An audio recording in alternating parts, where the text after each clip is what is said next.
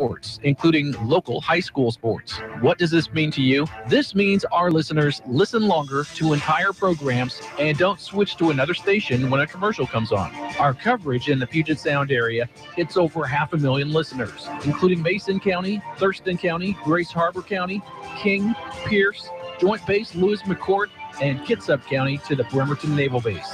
All advertising is 100% tax deductible. So how can you afford not to advertise? Call me, Mark Tobert, at iFIBER ONE Newsradio to become a total audience plan advertiser.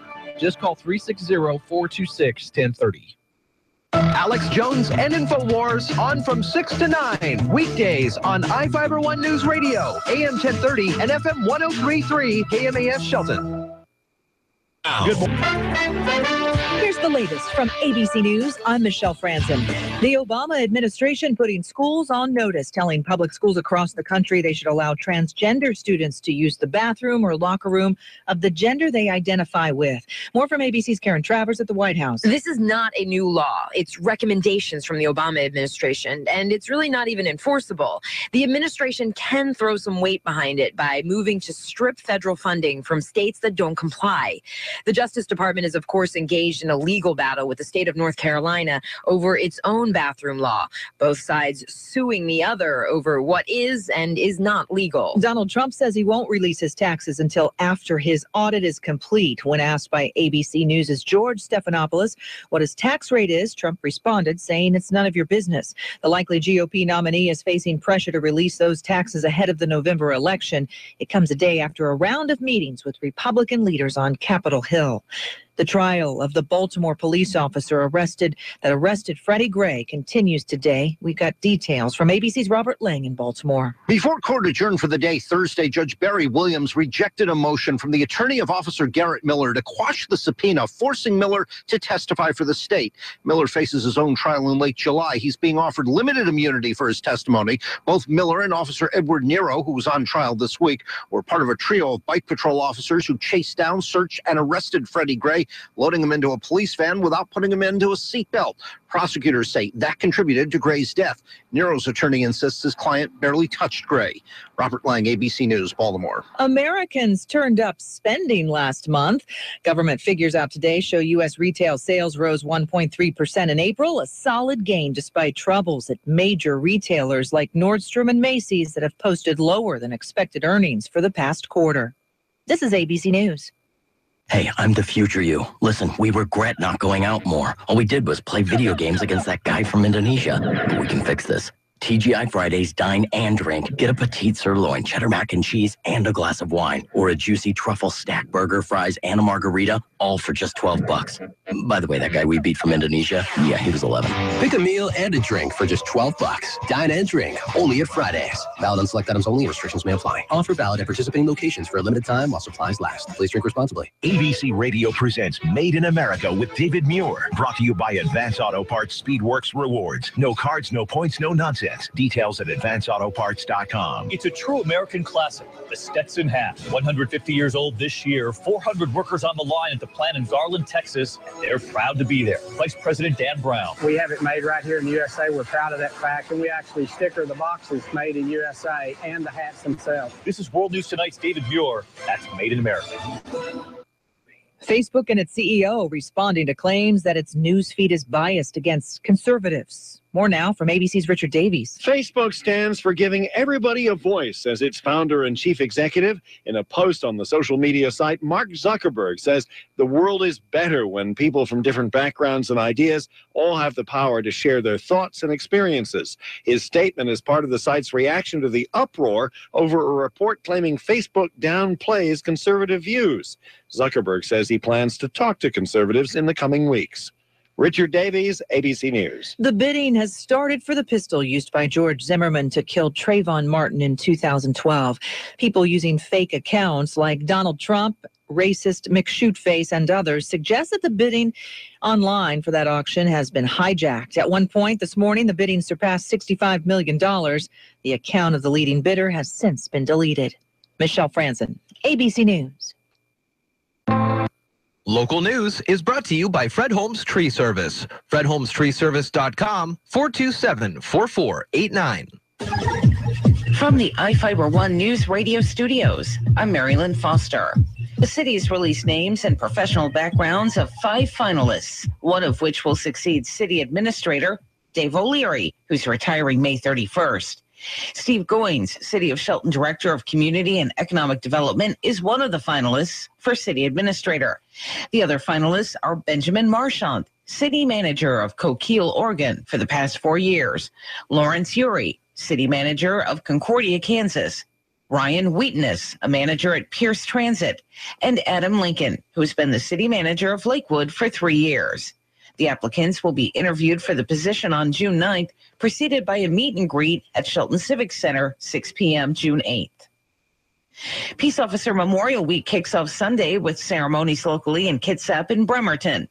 The week remembers those who've given their lives in the line of duty. Shelton Police Chief Darren Moody shared some stats with Daybreak. In Washington last year, there were two line of duty deaths. Nationwide, there were 128, and about 39 to 40 of those were by gunfire. Wow. And so far this year, we're at about 34, and half of those by gunfire. Chief Moody says assaults on police officers are on the rise. They definitely have increased. In just the year and a half I've been here, I've seen more assaults, more common to just get in the fight with the officer rather than go peacefully. In fact, I think it was 3 weeks ago, we had a Mason County deputy get shot at. And as you know, we crossed the lines quite a bit with County City, and it was right outside the city limits that it occurred. A lot of these things assaults especially, tend to be just a simple contact. They can be, contact with a suspicious person walking down the street, and often they result as just a simple traffic stop. The chief blames drug and alcohol use for the aggressive behavior and parolees who don't want to go back to prison. As for crime rates in Shelton, the number is decreasing. Hear more about what the latest report shows in the full interview on the Daybreak page. Find it at iFIBER1newsradio.com. Chief Moody will be part of the dunk tank at the Choice High School Block Party, which is tomorrow. The event, presented by Choice students, runs from 5 to 9 p.m. at the school, 807 West Pine Street. Carnival games are also planned where participants can win tickets for prizes. Nonstop jam sessions and major players will perform in Shelton this weekend for the 2016 Bluegrass from the Forest Festival. The music begins just after 6:30 this evening at Shelton High School's Performing Arts Center and runs until noon Sunday. The festival is sponsored by the Christmastown Kiwanis Club, and proceeds go to the club for its community service projects. For iFIBER ONE News Radio, 1030 KMAS and FM 103.3, I'm Marilyn Foster. Ascend Roofing Company in Shelton's on top of it. 868-2730. Roofing work that speaks for itself. Hey, just a little note to say thank you for the outstanding work that you, Dennis, and especially Jorge and the crew performed for us on our roofing project. On a scale of 1 to 10, we rate it at 10.5. It was a fantastic feeling from start to finish. Your company is a first-class operation and will definitely give your name to all of our friends and family if they're in need of your services. You could be the next happy customer by calling Ascend Roofing. 868-2730. Now from the all-new Gillis Auto Center Sports Desk, here's Sean Wells. 3 Shelton golfers have qualified for the 3A State Golf Tournament in Spokane. Jamie Petney, Ethan Petney, and Tim Nail will all be representing the high climbers. In the boys' competition, Tim placed second in the Narrows League tournament while Ethan finished fourth. Jamie took third place in the girls' competition. Shelton Fast Pitch scored 7 runs in the first 3 innings while holding on to beat North Thurston 7-6 in Narrows League tournament play. Loretta LeClaire was 3 for 4 at the plate for the high climbers with an RBI. Shelton takes on Central Kitsap in the championship game at the Rack Fields in Lacey this afternoon. The Seattle Mariners are back on the diamond tonight hosting the Anaheim Angels. Nathan Carnes is set to get the start for the Mariners, who are looking for their 4th win in a row. Pre-game is live on iFIBER ONE News Radio at 6 p.m. First pitch at 7:10. For iFIBER ONE News Radio, I'm Sean Wells.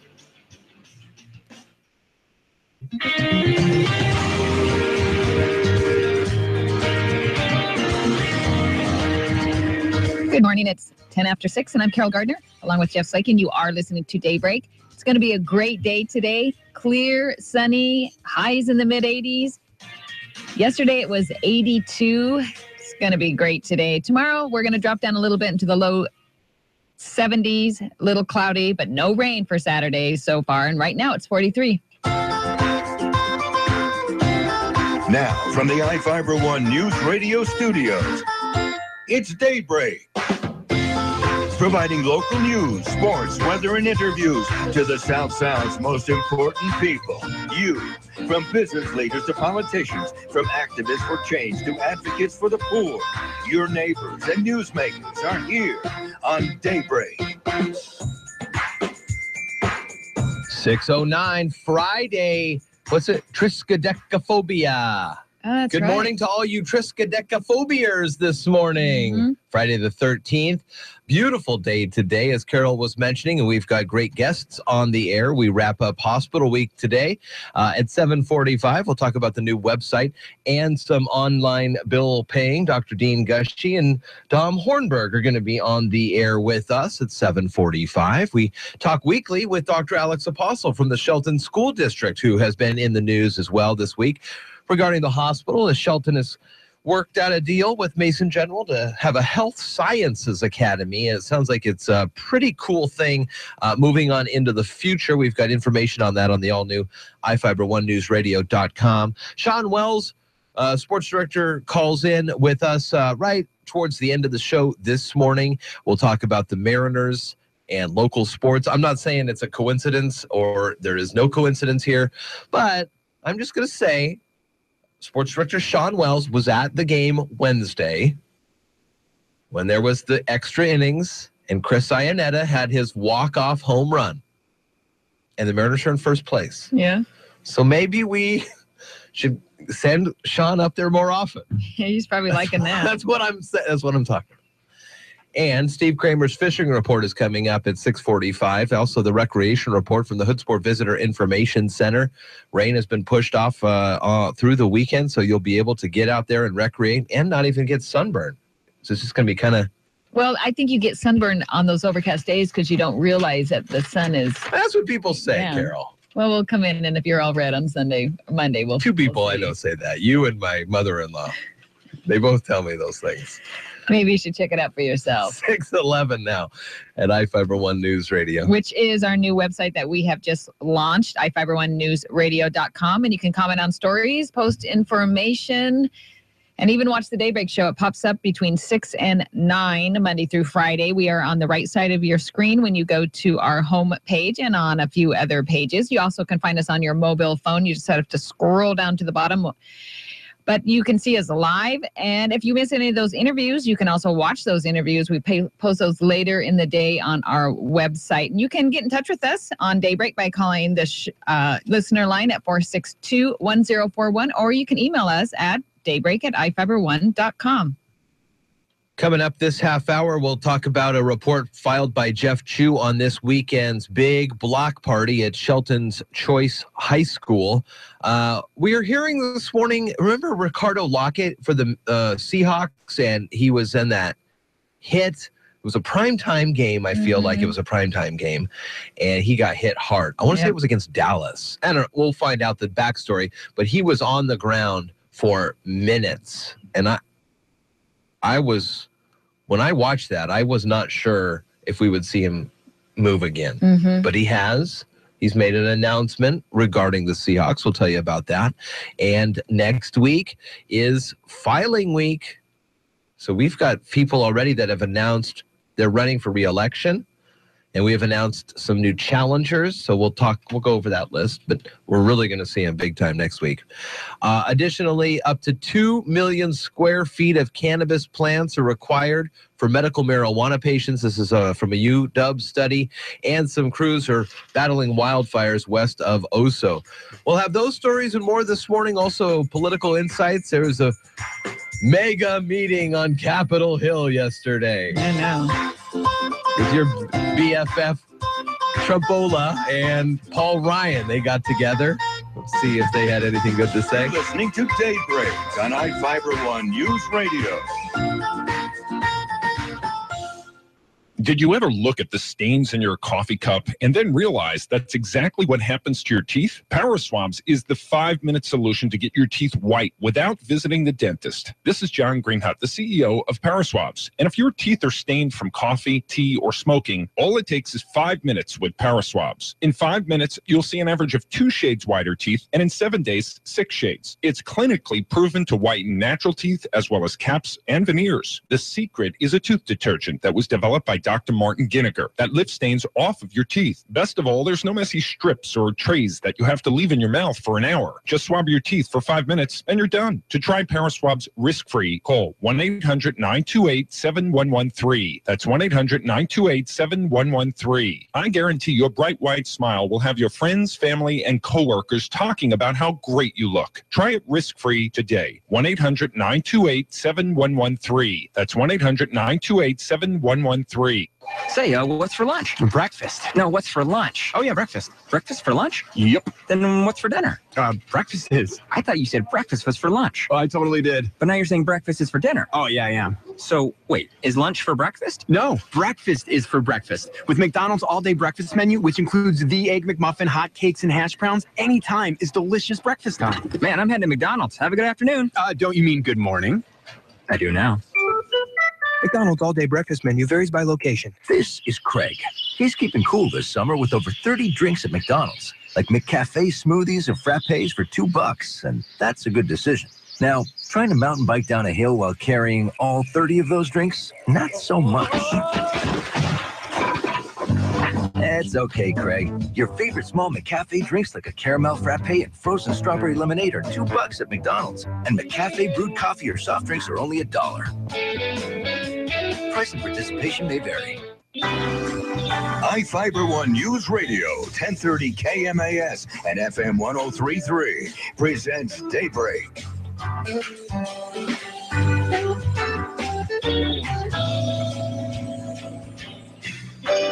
6:15 here on an iFIBER ONE News Radio super sunny Friday. It's going to be a pretty good day today here. It's Daybreak with Jeff and Carol. And how you doing over there, Carol? I'm doing good. How are you doing? Tell you what, yesterday we had a little meeting, and I don't know why. I've been here for a while now, and I don't know why I've never been to Ritzburger. How have I never been to Ritzburger? I have no idea how you have never been to Ritzburger, Jeff. How have you never been to Ritzburger? I don't know. Well, first, I hardly eat. Mm-hmm. I have my breakfast at 4, and then I don't have lunch until I get home at 2 or whatever. But I've never stopped by there. What a fun, friendly little restaurant. Mm-hmm. It's a great place.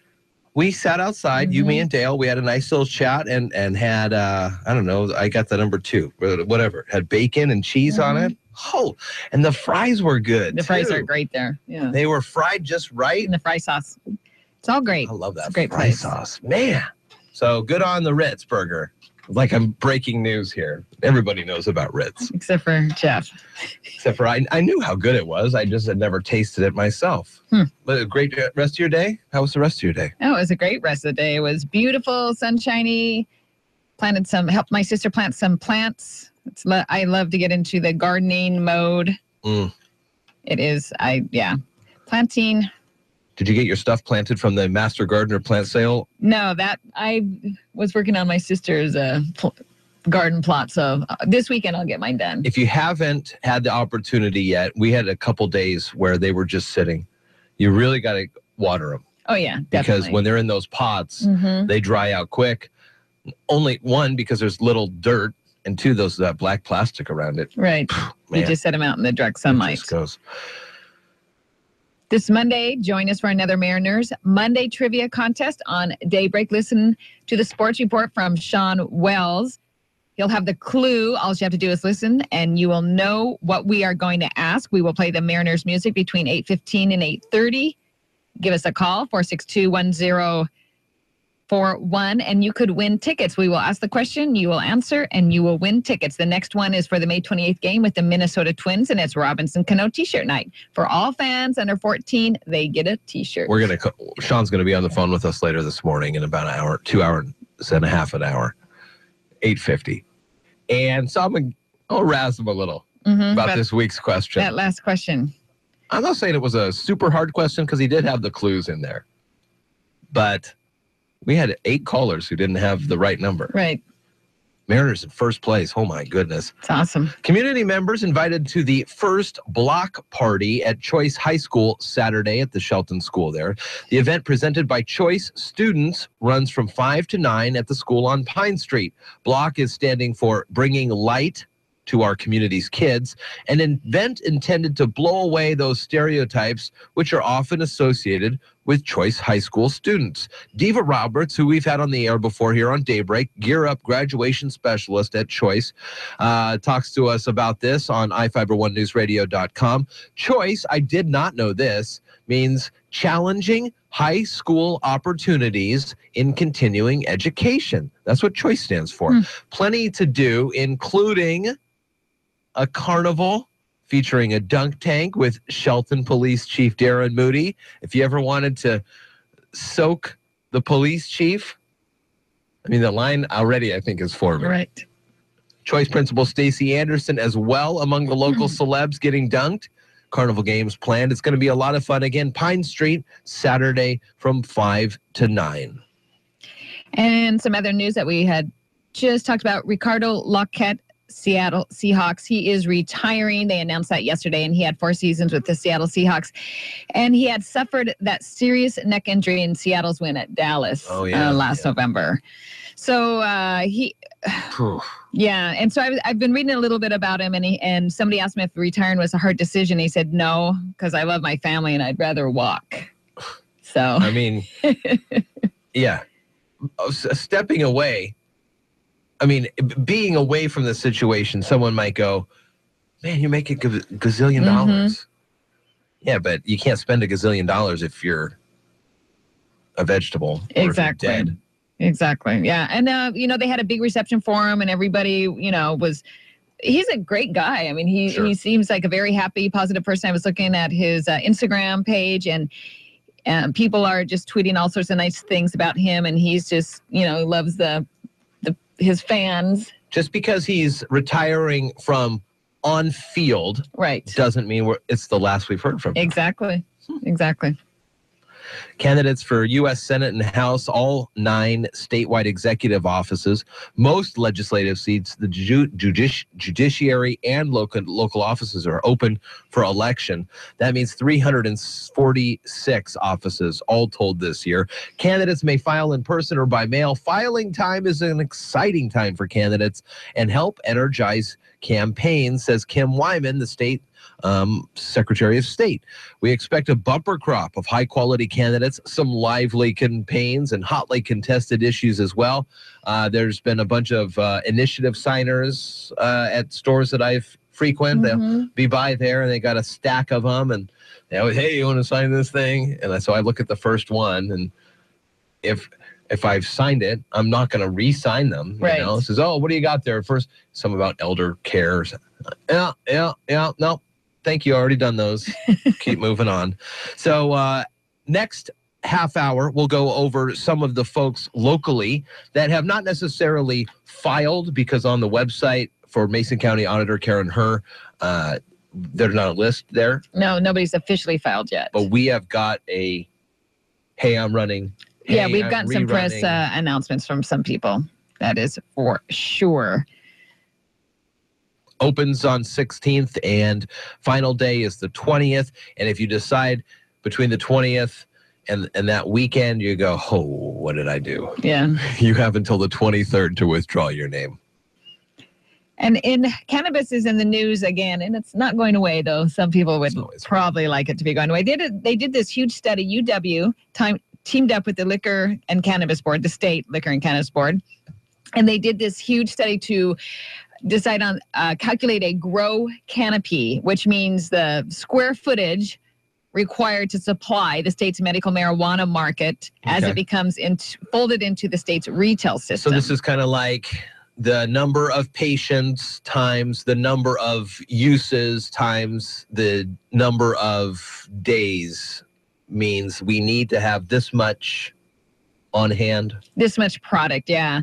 So what they estimated about 1.7 to 2 million square feet, or the equivalent of about 30 to 34 football fields, is needed to satisfy the marijuana market. Wow.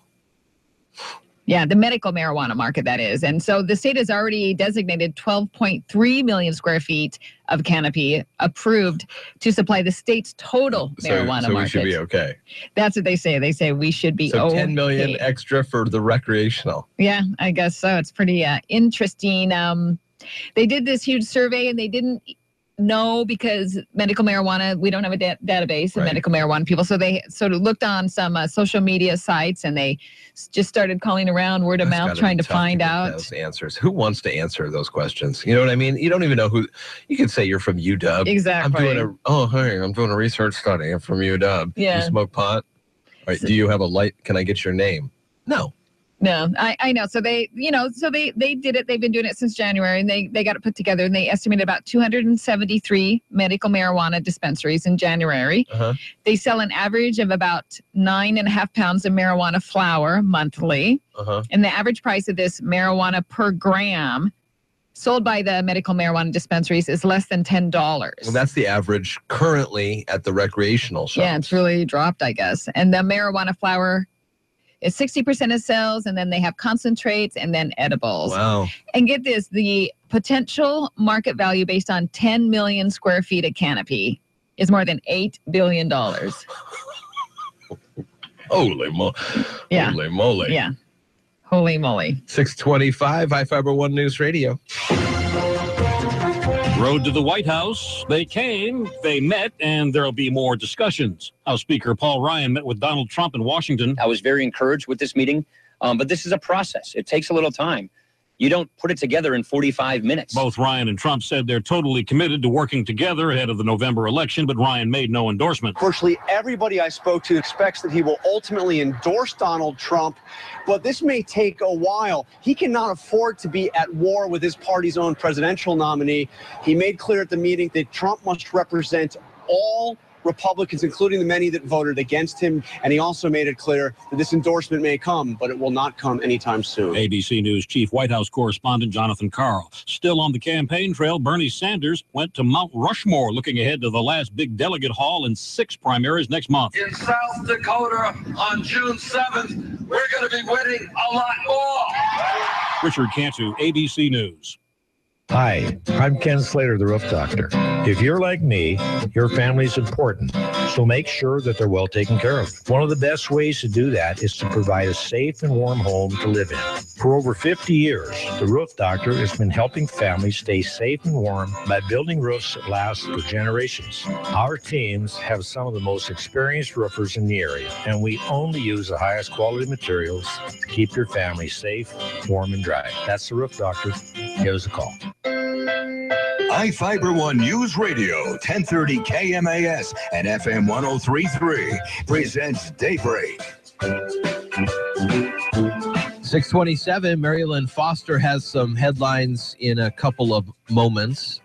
First, though, fire crews are battling now a roughly 80-acre wildfire that began last night several miles west of Oso.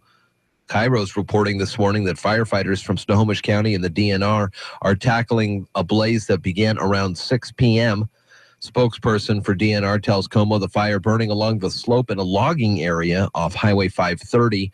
Investigators haven't yet determined the cause of the fire, and as of now, no injuries are reported. But you can see some pretty harrowing video. Yeah, pretty intense wildfire. That is happening now? I think that was overnight. I mean, it looks like it's mostly smoky right now. There's a newer picture, but they said it's a very unusual fire, but I don't know exactly what that means. Pretty interesting stuff that's going on. Is there a hashtag associated yet, or just Yes. search for OSO? Oh, search for OSO. That's what I'm looking at right now. It's just Go to Facebook, or no, go to Twitter and do your searching Hashtag there. OSO, yeah. OSO. Wow. Yeah, pretty intense. 628, iFIBER ONE News Radio. We have a recreation report coming up from the Hood Sport Visitor Information Center. Listened to it yesterday as they start rolling out Thursday evenings here on iFIBER ONE News Radio. Sounding good. Mm-hmm. Steve Kramer does a report. He filed his report while he was sitting on this fishing boat. It must be nice, right? Talk about a rough one. What are you doing today? I gotta go fishing. Well, he chose a good career, I suppose, for himself. If you love to do something, you should choose that career. Never work. Oh, yes. I was listening to a podcast on my way in, the Paracast, actually, which is a show we have here Sundays in the evening. It's a paranormal radio show based, and it's after Michio Kaku's Science Fantastic. So you get a little Science Fantastic. You get some hard science, and then you get some... I don't want to say soft science, but it's a little different science. Alternative science. Alternative. And so the Paracast, they were talking about, if giving up or doing something different. And if you like cooking or whatever, and then you become a cook, a paid cook, then you don't like cooking anymore. You think that's true? I think you have a love for gardening. I know you have a love for gardening. And then if you become a gardener, you get paid for it. Do you lose a little bit of your love for it? I think it's individual. Now it's your job. I think it's an individual, because I know people that love being gardeners. People love being cooks. So I think it's all individual. You're listening to Daybreak on iFIBER ONE Newsradio. From the iFIBER ONE News Radio studios, I'm Marilyn Foster. The city's released names and professional backgrounds of 5 finalists, one of which will succeed City Administrator Dave O'Leary, who's retiring May 31st. Steve Goins, City of Shelton Director of Community and Economic Development, is one of the finalists for City Administrator. The other finalists are Benjamin Marchand, City Manager of Coquille, Oregon, for the past 4 years, Lawrence Urey, City Manager of Concordia, Kansas, Ryan Wheatness, a manager at Pierce Transit, and Adam Lincoln, who's been the City Manager of Lakewood for 3 years. The applicants will be interviewed for the position on June 9th, preceded by a meet and greet at Shelton Civic Center, 6 p.m. June 8th. Peace Officer Memorial Week kicks off Sunday with ceremonies locally in Kitsap and Bremerton. The week remembers those who've given their lives in the line of duty. Shelton Police Chief Darren Moody shared some stats with Daybreak. In Washington last year, there were two line of duty deaths. Nationwide, there were 128, and about 39 to 40 of those were by gunfire. Wow. And so far this year, we're at about 34, and half of those by gunfire. Chief Moody says assaults on police officers are on the rise.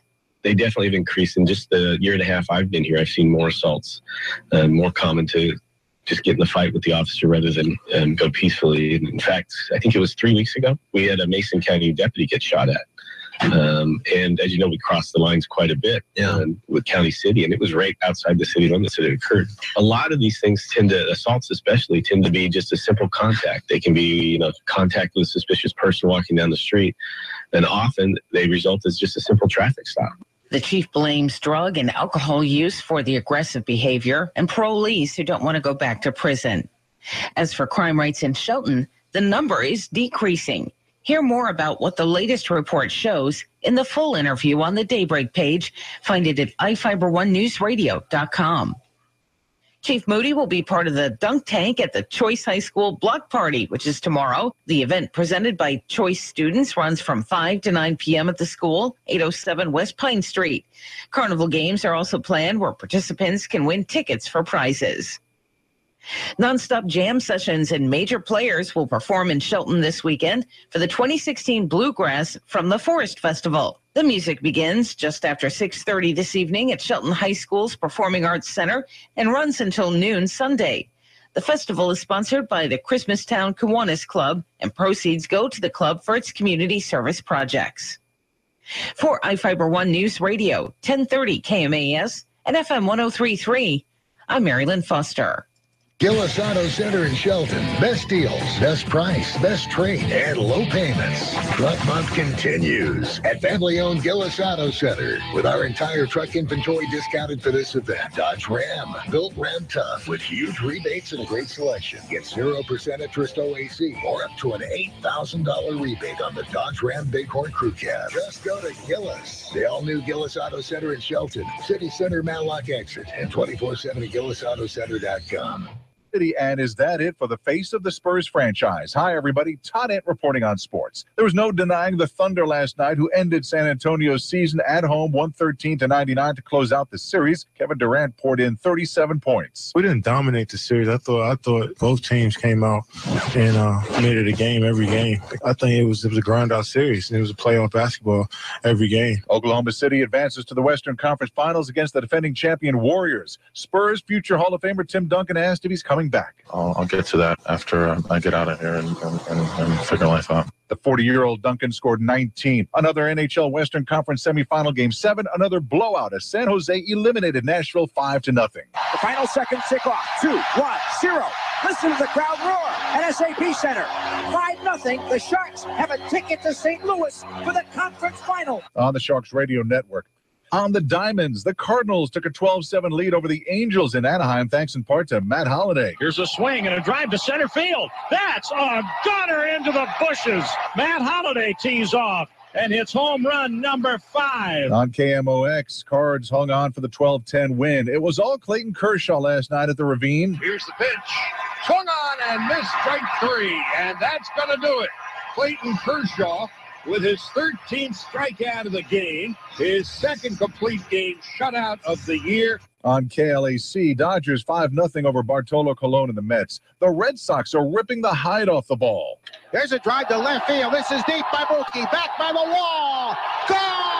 3-run homer. Mookie Betts. On WEEI, Boston belts Houston 11-1. The Red Sox have scored double-digit runs for the 4th straight game. The Phillies beat the Braves 7-4 in 10 innings. And University of Dayton 6'11" center Steve McIlveen died Thursday at his home in New Haven, Indiana. He was 20. Todd Ent, ABC Sports. Now from the all-new Gillis Auto Center Sports Desk, here's Sean Wells. 3 Shelton golfers have qualified for the 3A State Golf Tournament in Spokane. Jamie Petney, Ethan Petney, and Tim Nail will all be representing the high climbers. In the boys' competition, Tim placed second in the Narrows League tournament while Ethan finished 4th. Jamie took 3rd place in the girls' competition. Shelton fast pitch scored 7 runs in the first 3 innings while holding on to beat North Thurston 7-6 in Narrows League tournament play. Loretta LeClaire was 3 for 4 at the plate for the high climbers with an RBI. Shelton takes on Central Kitsap in the championship game at the Rack Fields in Lacey this afternoon. The Seattle Mariners are back on the diamond tonight hosting the Anaheim Angels. Nathan Carnes is set to get the start for the Mariners, who are looking for their 4th win in a row. Pre-game is live on iFIBER ONE News Radio at 6 p.m. First pitch at 7:10. For iFIBER ONE News Radio, I'm Sean Wells. Thanks, Sean. He'll be on the air with us at about 8:50 this morning to talk more Mariners action and this weekend in local sports. 43 right now, clear skies and warm today, 85 and clear. Change in the forecast for the weekend. Overcast for Saturday and Sunday, mid to upper 60s and minimal chances of rain. Looking in the next week, we're going to be hovering right around 70 or so. Again, though, it's 43. Now, from the iFIBER ONE News Radio studios, it's Daybreak. Providing local news, sports, weather, and interviews to the South Sound's most important people, you. From business leaders to politicians, from activists for change to advocates for the poor, your neighbors and newsmakers are here on Daybreak.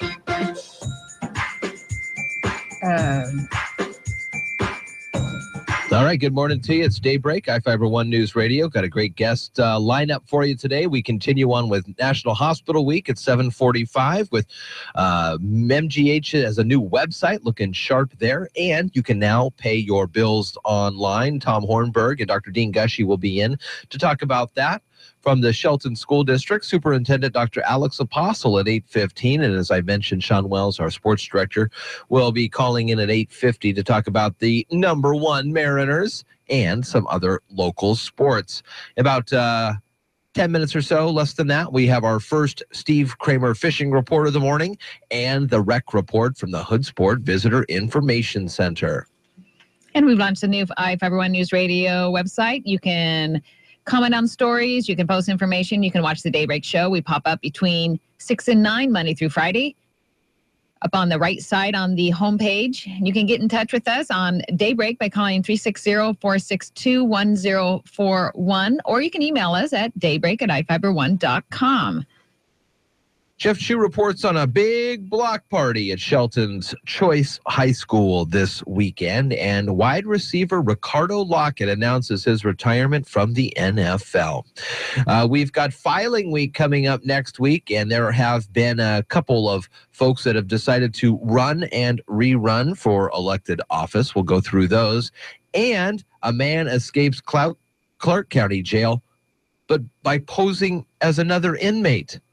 Those stories and more coming up in just a little bit. Now, though, we'll live the country life and head out to the water for a fishing report from Steve Kramer and get wrecked. See what I did there? I did.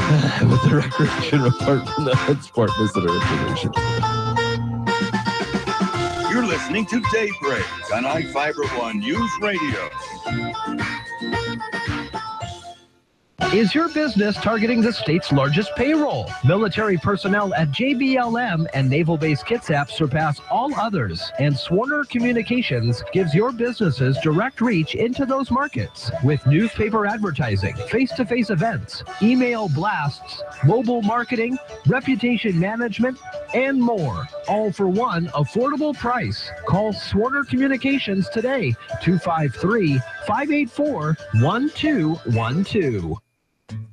Honeybees have been dying off in recent years, but their future looks productive. Hi, I'm Jody Henke. Through genetics and science, we're breeding a stronger bee as you're living the country life.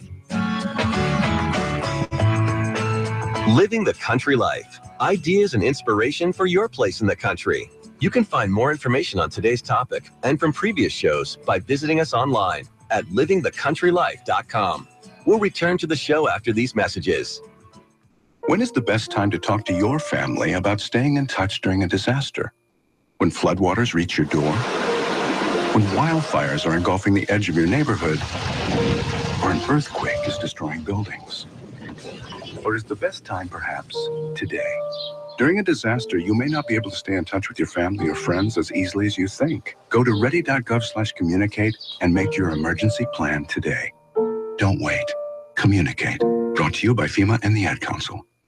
Jill, why didn't you tell the class what you did this weekend? Well, my dad and I went in search of some magical minnows and found a zillion of them in the stream from our lookout rock. Then my sister and I escaped from an evil slug king. I went back to my super twig fort for safety. Then we told stories till it got dark, and the Big Dipper led us all the way home. Wow. Where were you, Jill? We went to the forest. It's not that far away. Ask your parents to take you and your friends to the forest this week. It's closer than you think. Check out discovertheforest.org. Brought to you by the U.S. Forest Service and the Ad Council.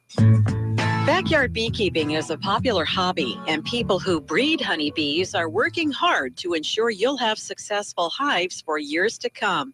Jim, too, is the state beekeeping specialist for Alabama Cooperative Extension. He says there are two basic herds of honeybees, managed and wild. The wild herd is in trouble due to the varroa mite and other diseases. Managed bees come from sophisticated breeding programs to bring out desired traits such as size, disease resistance, and behavior. So you don't want crazy bees that are highly sensitive and attack everything. You want gentle, easy to manage, not berserk about swarming. You just kind of want to take some of that natural edge off, that natural competitiveness, so we can deal with them better in our backyard without having them terrorize the neighborhood. The queen bee will naturally mate in the wild, but you can't control the males that become her suitors. Tu says the only way to ensure the queen is receiving the desired honeybee genetics is through artificial insemination. So to control both the queen stock and the drone stock, or the male bee, you have to confine them and collect semen and then inject it into the queen specifically. If you allow nature to do it, she's going to mate with anywhere from 1 or 2 drones, maybe up to 21 drones. And the breeder would have no earthly idea what kind of characteristics those drones are carrying in the wild. Artificially inseminating a honeybee obviously requires microscopes and tedium. She even receives simple anesthesia to hold her still so her body parts aren't damaged. Tu says anyone can learn how to do it if they have the equipment, a steady hand, and a penchant to go down this unusual beekeeping path. Learn more about breeding honeybees at livingthecountrylife.com. I'll see you in the country. Living the country life. ideas and inspiration for your place in the country. You can find more information on today's topic, share your tips, and post photos by visiting us online. This is Steve Kramer from Kramer Tackle with this week's fishing report. This report is coming to you live from Pattison Lake in Lacey. There's some bass up on beds. We've caught a couple over 4 pounds today. Nothing huge, but been very consistent. If you want to catch a fish, you're pretty much limited to lowland lakes, with the saltwater basically being shut down and only a couple rivers going on right now, the Cowlitz and the Kalama. They're definitely putting out some springers, but expect a crowd. So your best bet is either some surf perch fishing at the ocean or hit a local lowland lake. The trout have been really hot lately, especially in the morning and the evening. And the bass on most of these lakes are starting to wind down with the spawn. You can still find some good fish up shallow. With this warm weather, I'd probably start concentrating my efforts around pad fields and maybe throwing some topwater frogs. So if you can, please take a kid fishing and make sure you check out the recreations page at iFIBER1.com. And don't forget my site, KramerTackleandGuide.com. This is Steve Kramer. Thanks for listening and good fishing. Take your relationship with oysters to the next level. Visit Hama Hama Oyster Company. The retail store is a stone's throw from the oyster beds, and now you can enjoy a delicious shellfish meal in their new outside waterfront dining area. Delicious oysters, plus fresh clams, smoked salmon, Dungeness crab, and more. Make the trip to Hama Hama Oyster Company. Enjoy world-class oysters at Lilliwap prices. Hama Hama. This is Steve Kramer from Kramer Tackle with this week's fishing report. This report is coming to you live from Pattison Lake in Lacey. iFIBER One News Radio, 1030 KMAS and FM 103.3 presents Daybreak.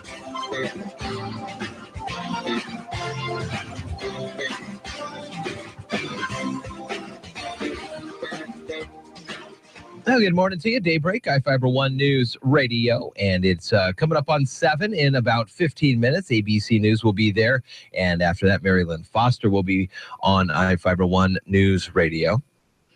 This Monday, join us for another Mariners Monday Trivia Contest. You can be a winner.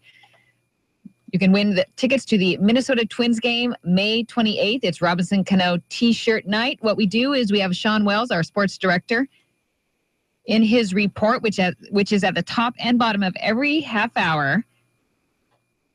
And you just listen to his report, you hear a clue, and then you hear the Mariners music between 8:15 and 8:30. Then you call us, we ask you the question, you answer, and you win. It's very, very easy. Sometimes our trivia questions may be just a little bit hard, but the clues are right there in Sean's sports report. All you have to do is listen. We've had about 4 people win so far this year. 5 people. I think we've been doing it 5 weeks now. Yeah, we've had a winner every week. One of the winners, Brian, when he came to get his tickets, right, he loves the new format and whatever. But the other thing that he said is that he writes down when Sean's on the air, and he writes down everything Sean says about the Mariners. Right. And then he kind of looks over it and goes, this is it. Mm-hmm. And whether it is or not, at least he's got the information written down. Right. And then when you hear our question, you're just like, oh, okay, that's exactly what Sean said. 17. I know what it is. And then you hear the music, give us a call. 462-1041 is our listener line, and you can win tickets to the May 28th game with the Minnesota Twins, Robinson Cano T-shirt night. Under 14, you get a T-shirt. I was going through can you name these 90s all-star baseball players quiz on BuzzFeed the other day. It was pretty hard. But the 2 names I got for sure, the kid, Ken Griffey Jr., and Kirby Puckett, who played for the Twins and was a great ball player, and probably a lot of people's number ones for the Minnesota Twins. Community members invited to the first block party at Choice High School Saturday at the Shelton School on Pine Street. It's going to be from 5 to 9, and the block party is to bring light to our community's kids, and it's intended to blow away stereotypes that are often associated with Choice High School. Choice stands for Challenging High School Opportunities in Continuing Education, and Diva Roberts, the Gear Up graduation specialist at Choice, who's been on the air with us on Daybreak to talk about things at Choice, will be helping to put this on. Plenty to do. Carnival featuring a dunk tank with Shelton Police Chief Darren Moody. Just saying, get a chance to dunk the police chief. This is your chance to do it legally. If you're a subordinate of his, do you do this? All in good fun is what you say when you throw Hey, it's for the kids. It's exactly. And then he goes, okay. And then the person who said that pulls out 200 tickets that they bought or something.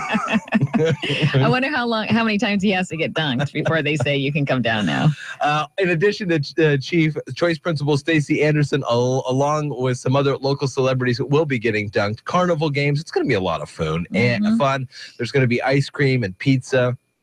25% of the proceeds will go back to the school.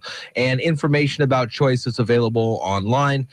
For more information, you can call 426-7664. But it's going to be Saturday night, 5 to 9. Weather's looking pretty good, so he's not going to be too cold up there sitting in that dunk tank. Neither will Stacy as well. That's going to be a lot of fun. Yeah, sounds like a lot of fun. Ricardo Lockett is retiring from the NFL after 4 seasons with the Seattle Seahawks. And Lockett, he came to Seattle as an undrafted free agent in 2011, suffered a serious neck injury in Seattle's win at Dallas last November. He played 5 years, 34 games in the NFL, caught 22 balls for 451 yards and 4 touchdowns. But his true value came on special teams. November 1st, Lockett was racing downfield with Cowboys defensive back Brian Jones on punt coverage when safety Jeff Heath delivered the devastating blow. Whoa. Lockett said he did talk to Heath right before he goes into surgery and says, hey, it was an honor playing with you, and, it's the game, and, don't worry about me. It's fine. It's, he doesn't blame Heath. No. He just wonders if there's something he could have done differently on that day. So, I mean, he's, that's the spirit of the game. You're out there, you're playing. He calls himself a warrior, and it comes, unfortunately, with the territory. Football can be very violent. And then asked if retiring was a hard decision, Lockett said, no, I love my family, and I'd rather walk. So for him, it was something, he's moving on into a different, moving on into a different direction. So pretty, everybody will miss him. They had a big retirement party for him, so. 651 iFIBER One News Radio. iFIBER1newsradio.com is our new website with videos and streaming abilities to not only listen to the shows all throughout the day on iFIBER One News Radio, but you can watch Daybreak as well. And under the politics tab there, which is under the news, you see quite a nice list of our current representatives, including Derek Kilmer, who we have on the air next week. He's going to call in. Tim Sheldon, our 35th Legislative District Senator and County Commissioner. Drew McEwen and Dan Griffey, House of Representatives in the 35th. So we've got Dan Griffey. He has announced he's going to rerun for his office. Additionally, we hear that Commissioner Netherland is going to rerun again for a second term. Also, in that story, we are hearing there are a couple challengers that are coming out of the woodwork as well.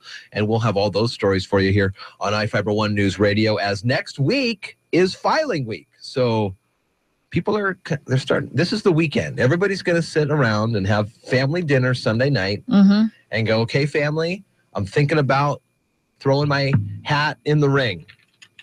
What do you think about this? There's going to be a lot of or you may not ask your family. Remember that husband and wife team?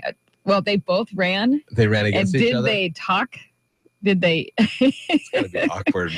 Yeah, I would say that it would be awkward. And you can find a lot of the information on the Mason County Auditor's website. They have the 2016 offices open for election statewide, plus they have the local ones. Both positions, 1 and 2 state reps are open.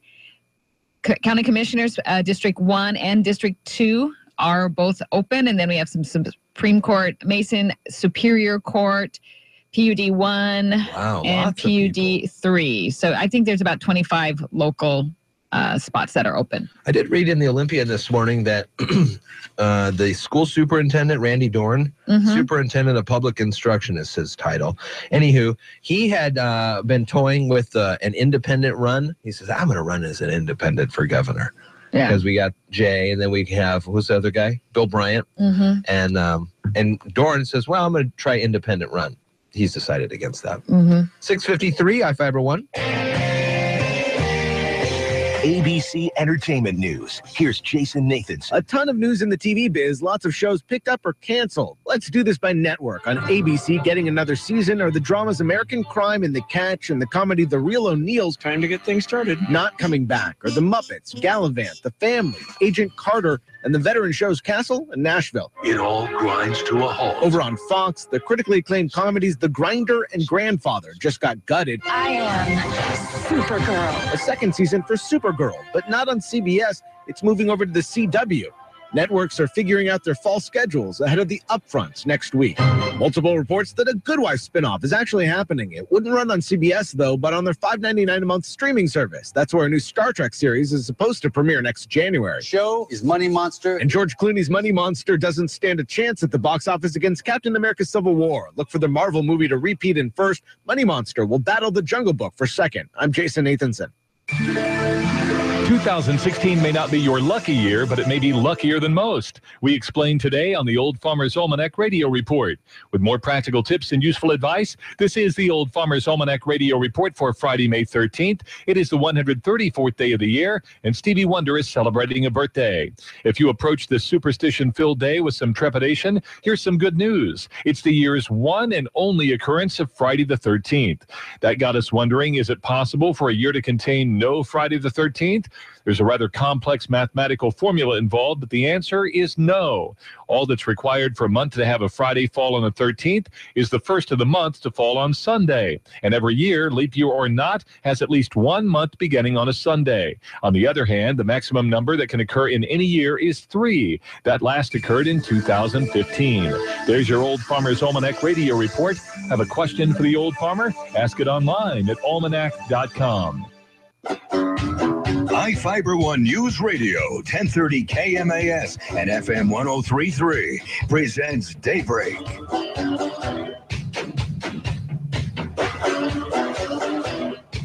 6:55 at iFiber 1 News Radio. Good morning to you. Daybreak here.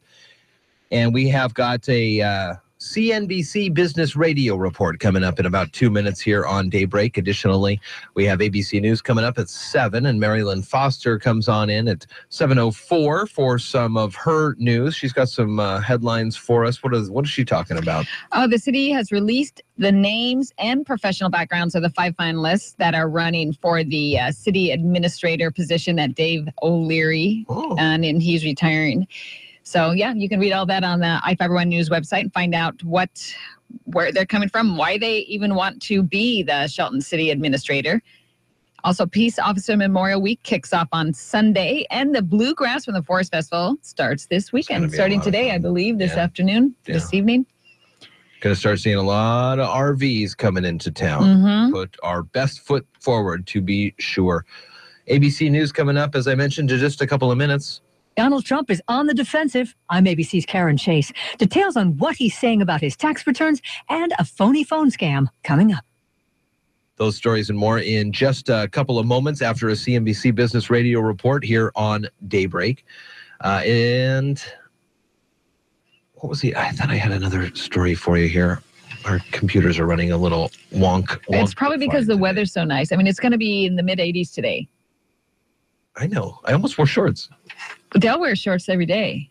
Yeah, but he doesn't get up at 4 anymore and walk Yeah, but around. I didn't even have to have a coat on this morning, just a sweater.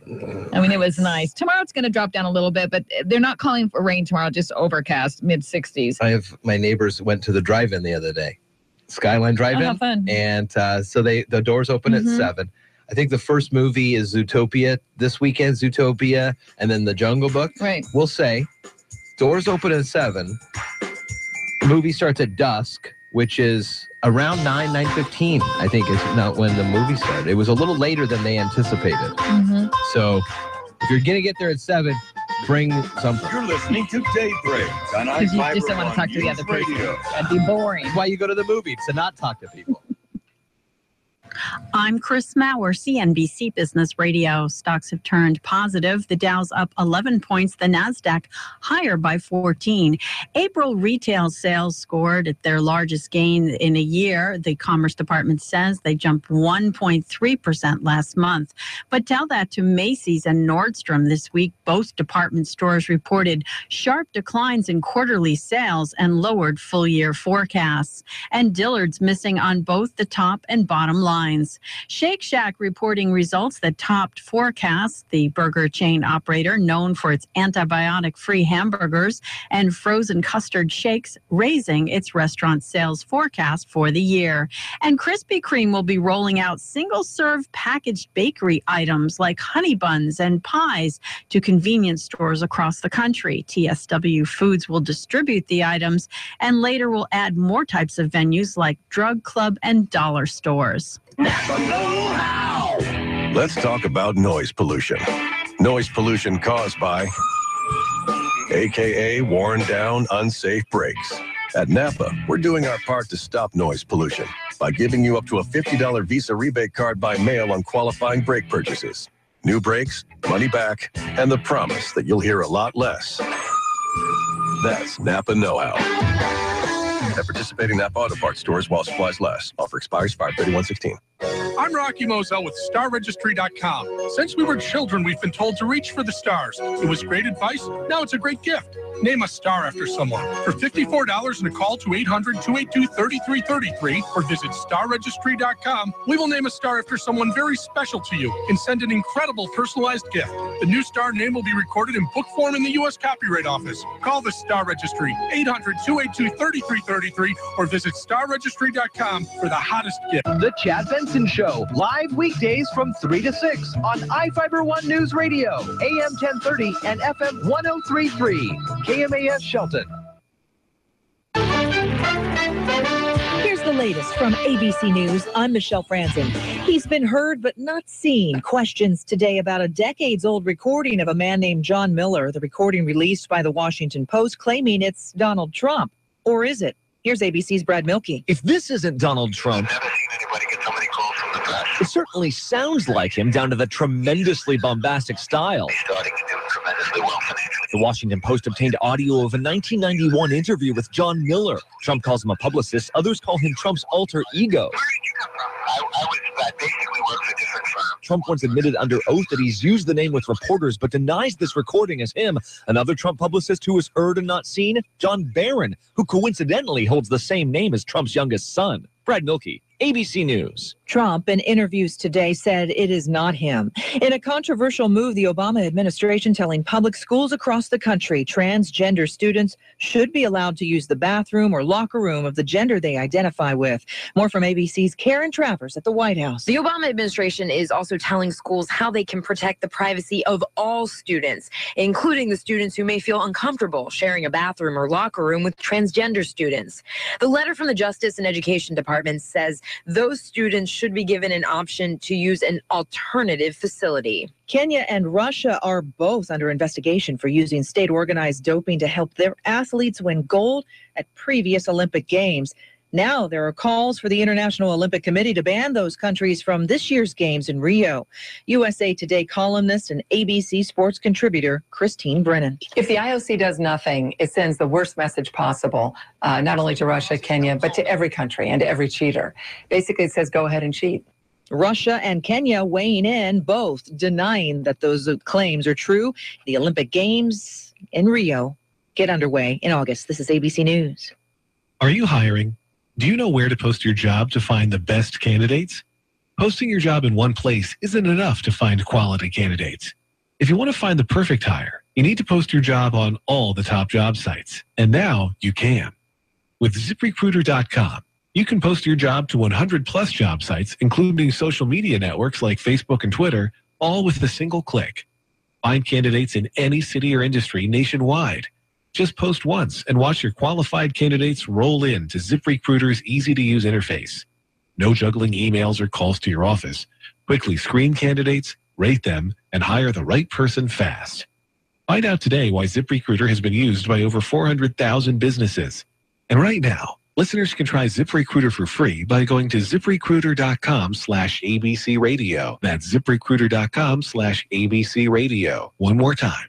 To try it for free, go to ZipRecruiter.com/ABC Radio. Government regulators require stronger warnings about the side effects of some antibiotics.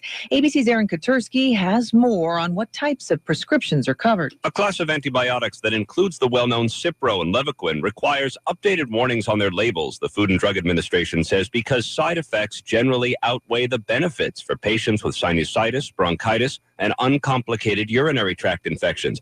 The FDA says patients with those conditions should only use this class of antibiotics as a last resort. Side effects involve damage to tendons, muscles, joints, and nerves. Americans turned up spending last month. U.S. retail sales rose 1.3% in April, a solid gain despite troubles at major retailers like Nordstrom and Macy's that posted lower than expected earnings.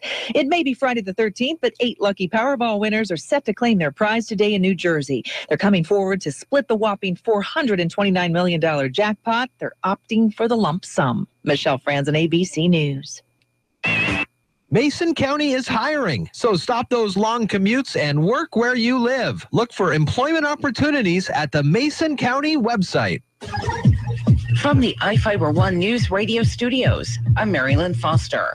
The city has released names and professional backgrounds of 5 finalists, one of which will succeed City Administrator Dave O'Leary, who's retiring May 31st. Steve Goins, City of Shelton Director of Community and Economic Development, is one of the finalists for City Administrator. The other finalists are Benjamin Marchand, City Manager of Coquille, Oregon, for the past 4 years, Lawrence Urey, City Manager of Concordia, Kansas, Ryan Wheatoness, a manager at Pierce Transit, and Adam Lincoln, who's been the City Manager of Lakewood for 3 years. The applicants will be interviewed for the position on June 9th, preceded by a meet and greet at Shelton Civic Center, 6 p.m. June 8th. Peace Officer Memorial Week kicks off Sunday with ceremonies locally in Kitsap and Bremerton. The week remembers those who've given their lives in the line of duty. Shelton Police Chief Darren Moody shared some stats with Daybreak. In Washington last year, there were two line of duty deaths. Nationwide, there were 128. And about 39 to 40 of those were by gunfire. Wow. And so far this year, we're at about 34, and half of those by gunfire. Chief Moody says assaults on police officers are on the rise. They definitely have increased. In just the year and a half I've been here, I've seen more assaults, more common to just get in the fight with the officer rather than go peacefully. In fact, I think it was 3 weeks ago, we had a Mason County deputy get shot at. And as you know, we crossed the lines quite a bit with County City, and it was right outside the city limits that it occurred. A lot of these things assaults especially, tend to be just a simple contact. They can be, contact with a suspicious person walking down the street, and often they result as just a simple traffic stop. The chief blames drug and alcohol use for the aggressive behavior and parolees who don't want to go back to prison. As for crime rates in Shelton, the number is decreasing. Hear more about what the latest report shows in the full interview on the Daybreak page. Find it at iFIBER1newsradio.com. Chief Moody will be part of the dunk tank at the Choice High School Block Party, which is tomorrow. The event presented by Choice students runs from 5 to 9 p.m. at the school, 807 West Pine Street. Carnival games are also planned where participants can win tickets for prizes. Nonstop jam sessions and major players will perform in Shelton this weekend for the 2016 Bluegrass from the Forest Festival. The music begins just after 6:30 this evening at Shelton High School's Performing Arts Center and runs until noon Sunday. The festival is sponsored by the Christmastown Kiwanis Club, and proceeds go to the club for its community service projects.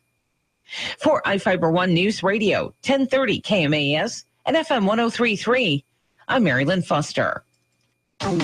This Monday, you've got a chance to win tickets to the Mariners during Daybreak. Get the clues during the Monday Morning Sports Report, and between 8:15 and 8:30, listen for the Mariners theme music, and you could be a winner. First caller with the right answer to 360-462-1041 wins a pair of tickets to the May 28th game against the Minnesota Twins. Only one winner per household per season. For complete rules, check iFIBER1newsradio.com. It's Mariners Monday on Daybreak.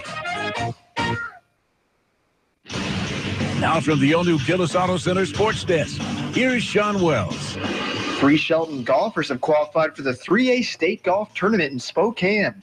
Jamie Petney, Ethan Petney, and Tim Nail will all be representing the high climbers. In the boys' competition, Tim placed second in the Narrows League tournament while Ethan finished fourth. Jamie took third place in the girls' competition. Shelton Fast Pitch scored 7 runs in the first 3 innings while holding on to beat North Thurston 7-6 in Narrows League tournament play. Loretta LeClaire was 3 for 4 to play for the high climbers with an RBI. Shelton takes on Central Kitsap in the championship game at the Rack Fields in Lacey this afternoon. The Seattle Mariners are back on the diamond tonight hosting the Anaheim Angels. Nathan Carnes is set to get the start for the Mariners, who are looking for their 4th win in a row. Pre-game is live on iFIBER ONE News Radio at 6 p.m. First pitch at 7:10. For iFIBER ONE News Radio, I'm Sean Wells.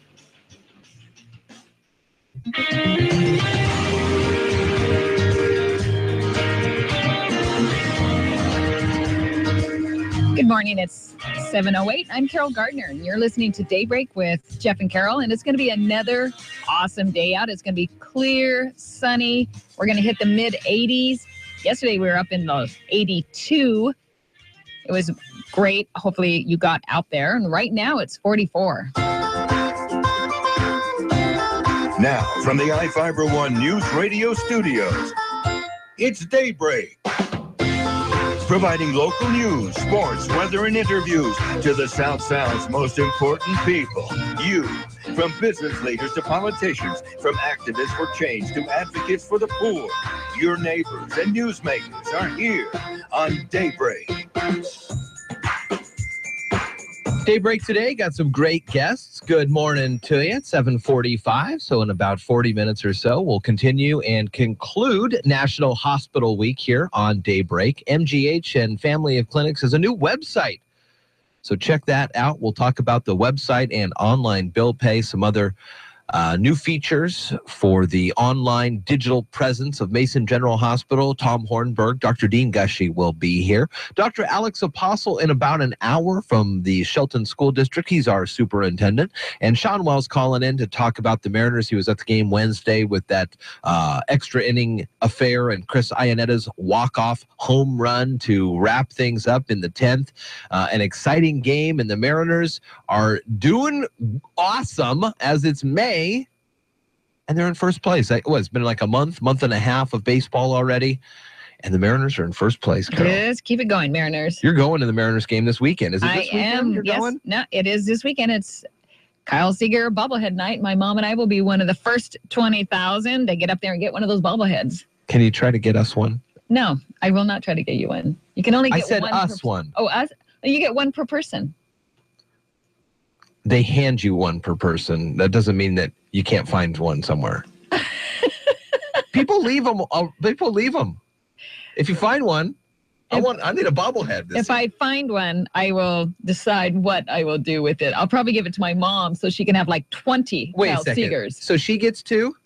She's the #1 fan of Kyle Seager. But how come she gets 2 of the same style?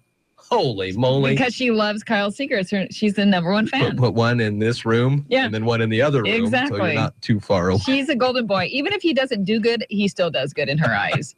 She's like, that kind of, and I'm like, Mom, Seager didn't do that great. And she's like, oh, Seager always does good. He does great. And I'm like, oh, boy, if only the daughters were that good. We've launched teasing my mom. a new website at iFIBER1newsradio.com. Hop on there. You can watch the Daybreak show.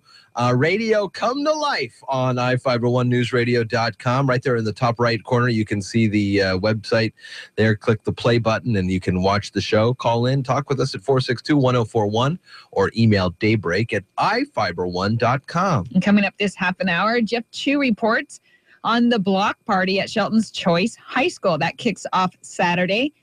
We'll have the news on that. Also, Ricardo Lockett, he announces his retirement from the Seattle Seahawks. Next week, filing week. If you have an ambition to get into the political scene, it's your time to do it. Start small. Start in your local community, and then you work your way up to president. I mean, it could happen. Also, we have a study from the UW that teamed up with the State Liquor and Cannabis Board, and they say up to 2 million square feet of cannabis plants are required for the medical marijuana patients. But when we tell you the story, there's been a lot more than that put aside. Yes.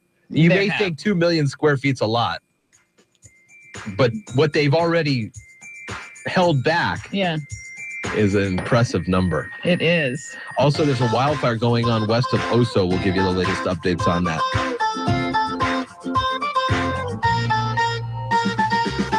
You're listening to Daybreak on iFIBER One News Radio. Aren't you tired of traffic? Sitting in your car for what feels like forever? Wouldn't you rather work where you live? Mason County offers a variety of job openings that you can take advantage of right now. Apply for Support Services Director, Court Clerk, Weed Control Assistant, or a seasonal flagging position. These are all jobs available to you in your hometown right now. So jump on over to Mason County's website and print off an application or two, and then let them know that iFIBER One News Radio referred you. Peninsula Credit Union presents PHIL.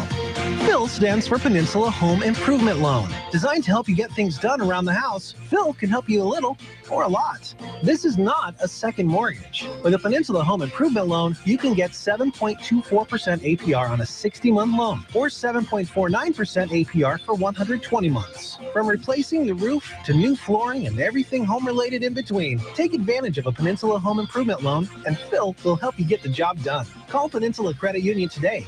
800-426-1601. That's 800-426-1601. Or apply online at pcfcu.org. OAC. See representatives for details. Limited time offer. Additional terms and conditions may apply. Annual percentage rate is effective as of June 11, 2014. Loan amounts from $500 to $15,000. Terms available from 60 months up to 120 months. For payment examples, call 800-426-1601. iFIBER One News Radio, 1030 KMAS and FM 103.3 presents Daybreak. Good morning at 7:15. You're listening to Daybreak with Jeff and Carol, and it's a beautiful day. We're going to hit the mid-80s. You can follow our news on Twitter at iFIBER One Radio, and you can like us on Facebook. You can get our news right on your news feed. All you have to do is like us. I am putting on, I see him, there's a new video out today, and there was a bunch of medieval cosplayers gathering for a medieval celebration festival. And there's some drone work happening. Oh. And one of the cosplayers throws a javelin at the drone. Oh. Hits it. I'm going to put this link. It's pretty amazing. Okay. Are you going to give us a spoiler of what happened, or do we have to watch the video? I mean, you can watch it. The name of the video is Javelin Thrower Takes Down Drone, so it kind of is a spoiler right there. Kind of gives it away. But so this guy, I don't know if he was just upset that it was making the drone noise, or he says, we're a medieval festival, and down with technology. Or if he said, this is going to go viral. Watch this. I'm going to hit this with a javelin, and it's going to go viral. Probably all three. I mean, why wouldn't that guy want increased attention to his medieval festival? Maybe he was speaking and it was interrupting him. It's hard to say. Or maybe it was who knows? Maybe he was just had a little too much grog. That is probably another possibility. We also been talking about a wildfire that's been in the Oso area, and it's been spreading overnight. It was about 80 acres, and Washington State Department of Natural Resources named it the Hotshot Fire. So there was logging near there, but there's no logging equipment in that specific area. So they're not quite sure what the cause of the fire was. It's on a 60-degree slope. So that's a lot of hazards. So they are not able to get in that, very easily. And there's some great pictures of the flames and the smoke. And we will be continuing to cover that fire as it is.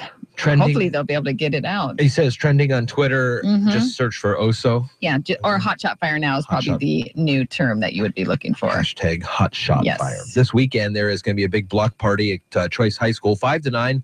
On Pine Street, where the high school is. It's basically to kind of shine a light on choice. There are certain stereotypes often associated with Choice High School students, and this is an event to blow those up, Diva Roberts, who we've had on the air talking about Choice High School, talks about this on his report on iFIBER One News Radio. Plenty to do. There's a carnival going on with a dunk tank, and Choice Principal Stacey Anderson and Shelton Police Chief Darren Moody will be sitting on the dunk tank and waiting to get dunked in the water, so you can get as many tickets as you'd like and dunk them both as many times as you like. Yep, that is very true. You can certainly do that. It's going to be a lot of fun. Also, this week is May filing, or starting next week is filing week for the. There's about 25 positions, I think, that you can file for in Mason County. In Mason County. Yeah, but I think that goes up to the U.S. Senate and the House, and even for congressional districts as well. Vote them out. I think it's sort of interesting. Kim Wyman. She says that it's a really hilarious quote here. She says, okay, I'll have to look for that later. Seems like it's gone. I had it here, but now it seems to be gone. So she said something like it's a feast for voters. And I thought that was a great quote. She says there's going to be so many, a bumper crop of high quality candidates and some lively campaigns. A feast for voters is what she calls it. I love election season and going through those initiatives. People are out asking you to sign those initiatives, get them on the ballots. I haven't gotten one of those yet. You must just have that face that they come up to. Well, I go to store. I go places. I do too, and I have not seen an initiative yet just in the last few months. Well, and when I walk by, I see people, and as soon as you make eye contact, I like to make eye contact with people, and as soon as you do, that opens you up to talking. Right.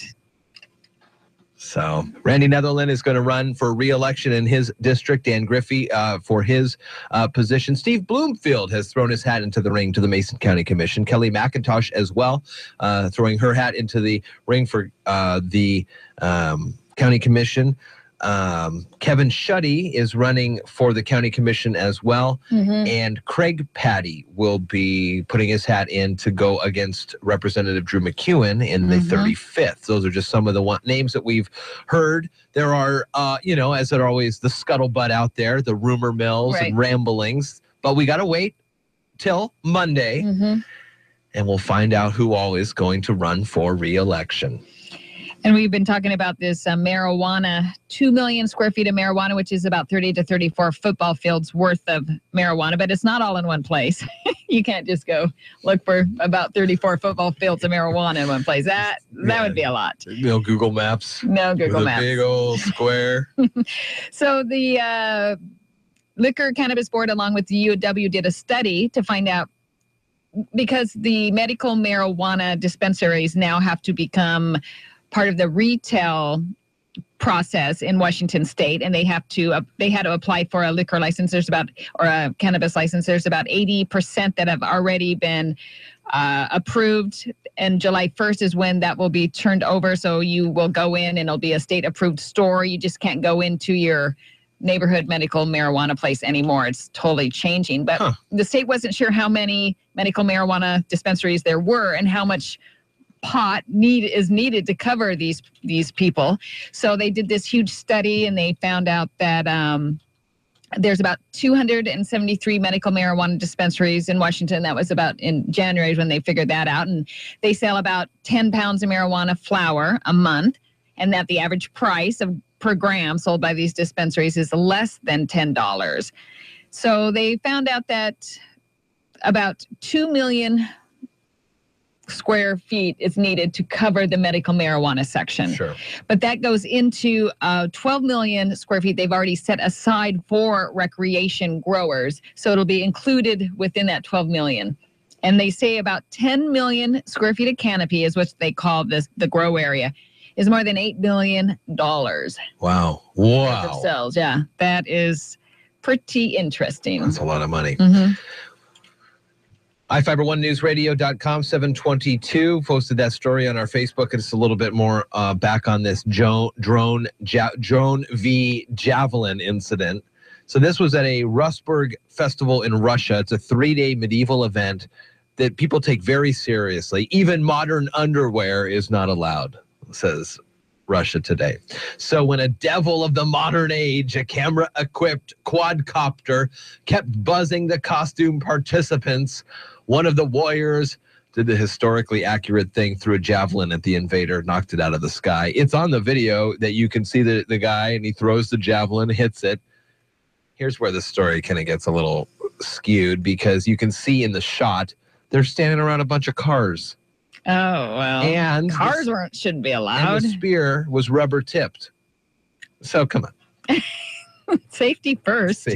Well, now your political insights from ABC News. RNC Chair Reince Priebus took on the role of Yenta from Fiddler on the Roof Thursday, trying to matchmake Donald Trump and House Speaker Paul Ryan. They're just getting to know each other, and I can say it was a great first meeting to start that process. Ryan doesn't want to be at war with his party's own presidential nominee, but he made clear at the meeting Trump must represent all Republicans, including those who voted against him. He also made it clear that this endorsement will not come anytime soon. I don't want us to have a fake unification process here. I want to make sure that we really, truly understand each other and that we are committed to the conservative principles that make the Republican Party, that built this country. Bernie Sanders still insisting he can grab the nomination from Hillary Clinton, but he'd have to win a majority of all the remaining races to even get close, as well as convincing superdelegates to abandon Mrs. Clinton. We're going to be winning a lot more. Mrs. Clinton deflecting that fight and concentrating on Donald Trump. Those are your political insights. I'm Andy Field, ABC News. Taco night is fun. Tacos! Taco night is delicious. Awesome. Taco night is... oh, man. Messy. Turn taco night into pizza night with Papa Murphy's Taco Grande Pizza and enjoy all your favorite fresh taco ingredients on a practically spill-proof crust. Home bake a large Papa Murphy's Taco Grande Pizza topped with ground beef or grilled chicken, just $11. Order online at papamurphys.com. Papa Murphy's, love at 425 degrees. The Diagnostics Imaging Department at Mason General Hospital was recently recognized by the American College of Radiology for excellence in its CT program. Computerized tomography uses X-ray images from different angles in combination with computer processing to create cross-sectional images or slices of bone, blood vessel, and soft tissue in the body. The Toshiba Prime 80-slice CT scanner at Mason General Hospital meets the nation's gold standard in quality, comfort, and safety, with 50% less radiation exposure and the most precise imaging available for your most accurate diagnosis. Mason General Hospital and family of clinics. Equal opportunity provider, translation services provided. Mason General and family of clinics. Mornings start with Daybreak on iFIBER ONE Newsradio. Join Jeff and Carol weekdays from 6 to 9 on AM 1030 and FM 1033, KMAS Shelton. iFIBER ONE Newsradio, 1030 KMAS and FM 1033 presents Daybreak. Good morning to you, 7:25. Marilyn Foster is coming up in about 4 minutes, and she's got details on the top 5 candidates for the city administrator position. Dave O'Leary's on the way out his end of the month here. He's retiring, been with the city for quite a while now, and the city has released the names and professional backgrounds on 5 of the finalists.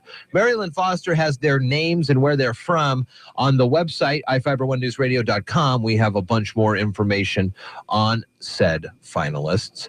Also, Peace Officer Memorial Week kicks off Sunday, and Bluegrass from the Forest is this weekend. Going to be a nice weekend. Today, it's going to be very nice, 85 or so. Carol, the Simpsons have been around for 27 years now, I think. Mm-hmm. You ever watch that show anymore? Oh, yeah. Or? Well, actually not that much anymore once in a while, but it's a great show. It's still, and now I have not watched it on a Sunday night in decade, maybe longer, but I still will catch it every so often on replays or reruns, and even now it's still pretty it's still pretty topical.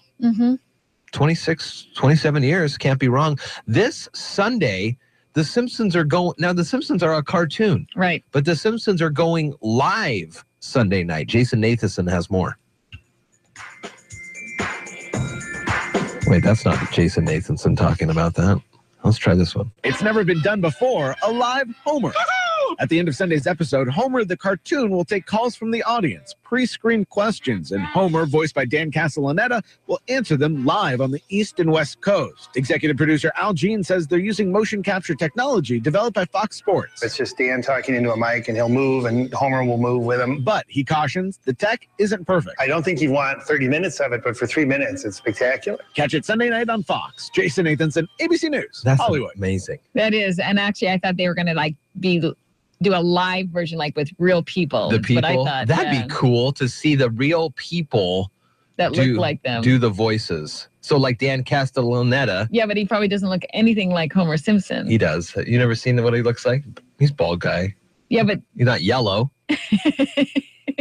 But Yardley Smith, who is Lisa, and then there's that lady who is the voice of Bart. But it'd be so cool to see them at live action. They go into they rebuild the house, right? A set of the house, yeah, and they do a live version. And the actors would have to it'd be tough because many people do multiples. So if in one scene you have Hank Azaria as Chief Wiggum, and in the next scene he's Apu, he'd have to dress up like those people too. Oh, that'd be a lot of fun. I think that'd be great. I am amazed by this technology, this motion capture technology, and I do not know how to use Snapchat. I have a Snapchat account. I think I've sent Stephanie, my lovely wife, maybe 2 or 3 of But is that the same thing as the motion? Yeah, thing? because when we look at it, it knows where your eyes are and it knows where your mouth is. And so when you move your mouth, it associates with the technology these days. It's awesome. I love it. Though some, as you mentioned earlier, don't like technology. And they throw javelins. Check out that video on our Facebook page. This guy, he's probably just texting somebody. And he goes, what's this drone? We're at a medieval festival. Exactly. Let me get my there's rubber cars tip. standing around. Let me get my rubber-tipped spear out of my Subaru. He's like, there'll be somebody like a Jeff Slakey that will love this video and it'll go viral. Through all the Jeff Slakeys of the universe. I love it. You're listening to Daybreak on iFIBER ONE Newsradio. Local news is brought to you by Fred Holmes Tree Service. FredHolmesTreeService.com, 427-4489. From the iFIBER ONE News Radio studios, I'm Marilyn Foster.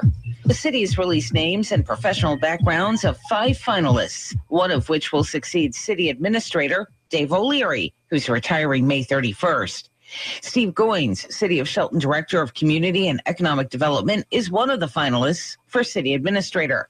The other finalists are Benjamin Marchand, City Manager of Coquille, Oregon, for the past 4 years, Lawrence Urey, City Manager of Concordia, Kansas, Ryan Wheatness, a manager at Pierce Transit, and Adam Lincoln, who's been the City Manager of Lakewood for 3 years.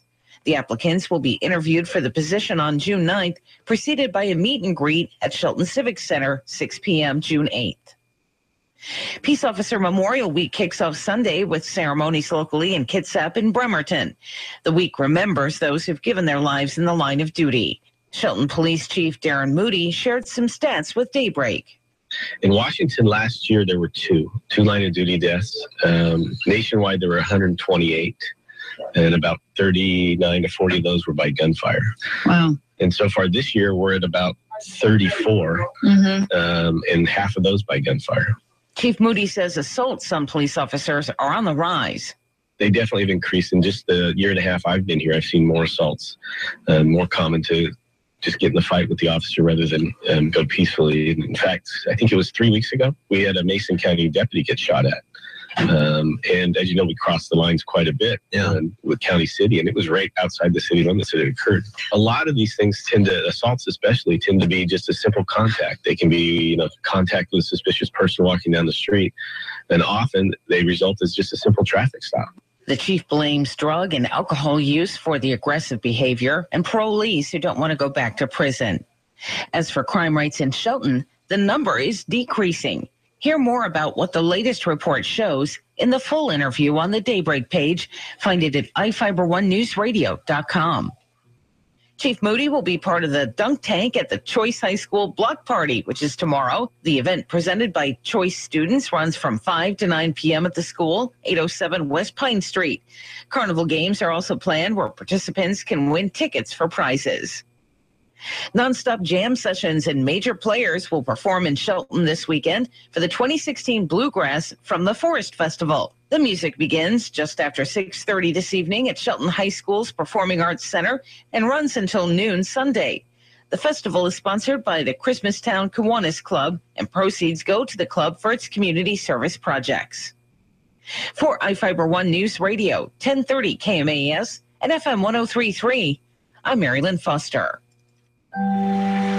Snow melts. Rain falls. Rivers form. This happens all over the world. But when it happens here, something wonderful unfolds. A renewable source of energy, created without releasing even an ounce of CO2 into the Earth's atmosphere. Mason PUD 3. Clean, renewable, and reliable energy every day.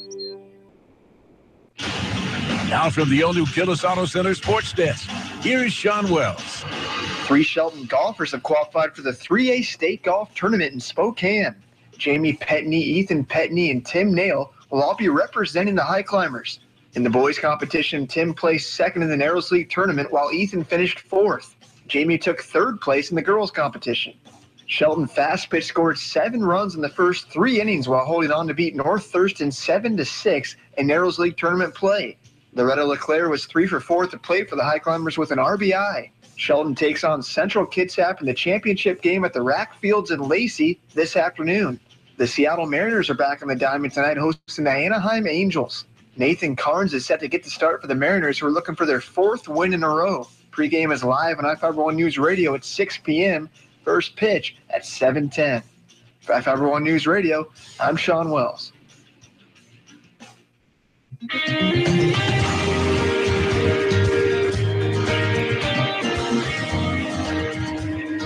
7:34 on a nice Friday the 13th.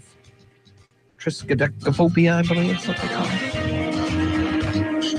The fear of Friday the 13th.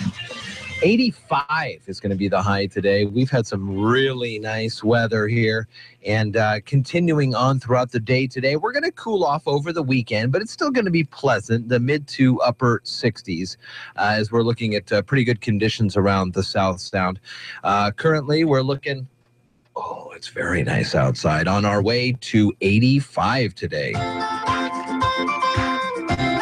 Now, from the iFIBER One News Radio studios, it's Daybreak, providing local news, sports, weather, and interviews to the South Sound's most important people. You, from business leaders to politicians, from activists for change to advocates for the poor, your neighbors and newsmakers are here on Daybreak.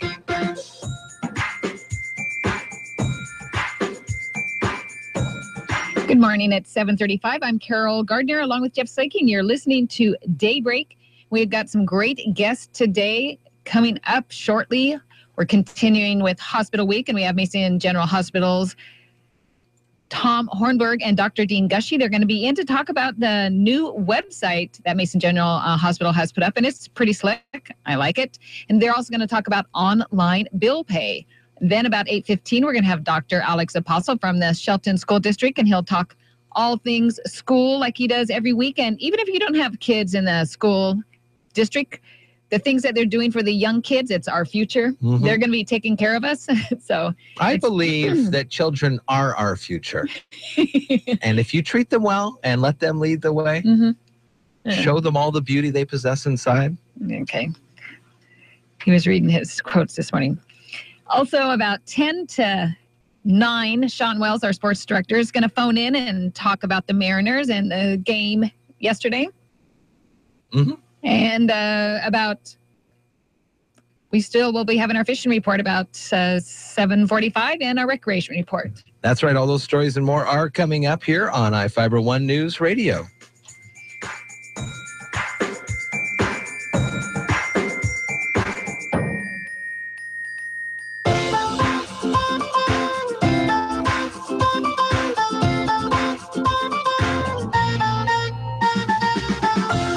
listening to Daybreak on iFIBER One News Radio. Take your relationship with oysters to the next level. Visit Hama Hama Oyster Company. The retail store is a stone's throw from the oyster beds, and now you can enjoy a delicious shellfish meal in their new outside waterfront dining area. Delicious oysters, plus fresh clams, smoked salmon, Dungeness crab, and more. Make the trip to Hama Hama Oyster Company. Enjoy world-class oysters at Lilliwap prices. Hama Hama. This is Mark Neary, Assistant Secretary of State, reminding you the presidential primary is May 24th. Don't forget to vote and return your ballot no later than Election Day. Official ballot drop boxes close at 8 p.m. on May 24th. Both the Democratic and the Republican ballots will appear on a single consolidated ballot. Unlike other elections, you may only vote for one candidate on your ballot. For more information, visit vote.wa.gov. Sponsored by the Office of the Secretary of State as provided by law. This is Steve Kramer from Kramer Tackle with this week's fishing report. This report is coming to you live from Pattison Lake in Lacey. There's some bass up on beds. We've caught a couple over 4 pounds today. Nothing huge, but been very consistent. If you want to catch a fish, you're pretty much limited to lowland lakes, with the saltwater basically being shut down and only a couple rivers going on right now, the Cowlitz and the Kalama. They're definitely putting out some springers, but expect a crowd. So your best bet is either some surf perch fishing at the ocean or hit a local lowland lake. The trout have been really hot lately, especially in the morning and the evening. And the bass on most of these lakes are starting to wind down with the spawn. You can still find some good fish up shallow. With this warm weather, I'd probably start concentrating my efforts around pad fields and maybe throwing some topwater frogs. So if you can, please take a kid fishing and make sure you check out the recreations page at iFiber1.com. And don't forget my site, KramerTackleandGuide.com. This is Steve Kramer. Thanks for listening and good fishing. Take your relationship with oysters to the next level. Visit Hama Hama Oyster Company. The retail store is a stone's throw from the oyster beds, and now you can enjoy a delicious shellfish meal in their new outside waterfront dining area. Delicious oysters, plus fresh clams, smoked salmon, Dungeness crab, and more. Make the trip to Hama Hama Oyster Company. Enjoy world-class oysters at Lilliwap prices. Hama Hama. This is Steve Kramer from Kramer Tackle with this week's fishing report. This report is coming to you live. The snow melts. Rain falls. Rivers form. This happens all over the world. But when it happens here, something wonderful unfolds. A renewable source of energy, created without releasing even an ounce of CO2 into the Earth's atmosphere. Mason PUD 3. Clean, renewable, and reliable energy every day. iFIBER One News Radio, 1030 KMAS and FM 103.3 presents Daybreak.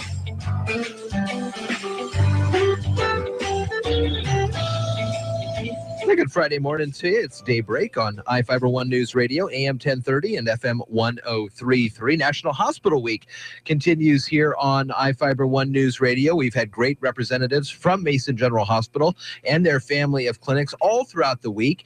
And today we are continuing that. Dr. Dean Gushey's on the air with us, Chief Medical Information Officer, and the Chief Information Officer as well, Tom Hornberg, are here. We're talking about the new website and the new virtual clinic that's going to be coming up soon. Morning, guys. Morning. Good morning. Thanks for coming on the air with us for National Hospital Week. Good to see you. Good to talk with you. Good to be here.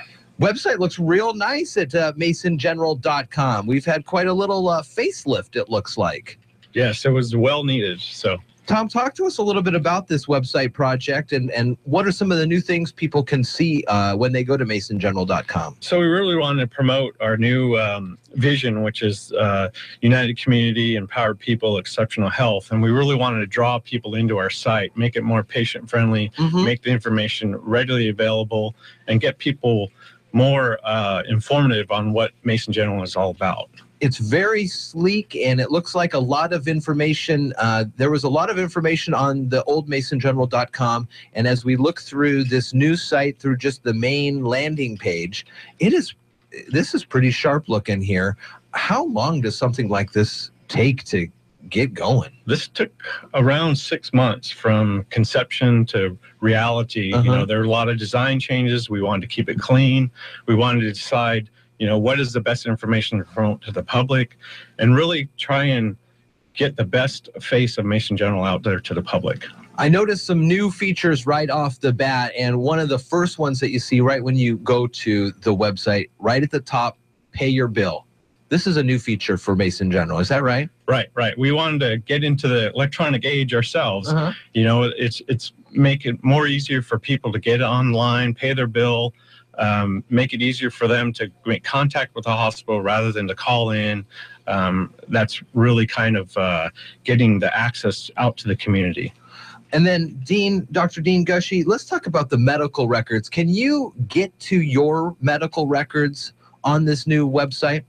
There's a patient portal feature so that you can get on there and you can get sections of the medical record. The entire medical record, of course, would be way too complex for you and probably not something everybody would want, but you can get key pieces of information off of there, as well as communicate with your provider through the provider portal. You can message your provider, and it's another way of communicating without having to get on a telephone and wade through a telephone tree. You can do that in sort of an asynchronous fashion. Wow. So it's a pretty popular feature of the new website. So the patient portal, now you can pay your bill online. What are some other new features that the website is seeing? Well, we have a nice new provider search function. So you can get on there and look for your provider or look for a provider by specialty, or certainly look up your individual provider. In its current phase, it gives you some basic information. Our intent is ultimately to provide even more information there to make that a means of looking through providers, identifying their specialty, getting information about their particular practice. So that's I think going to be a very popular feature. It's much easier to navigate that than the old site was. Other features of the new website include sort of informational things about, let's say, if you wanted looking for employment in the healthcare industry, you can get on there and you can look for employment opportunities at Mason General. Or if you're not looking for that, but you're looking to volunteer, it's possible to get on there and figure out how you go about becoming a volunteer through the hospital district. So lots of opportunities for different stakeholders.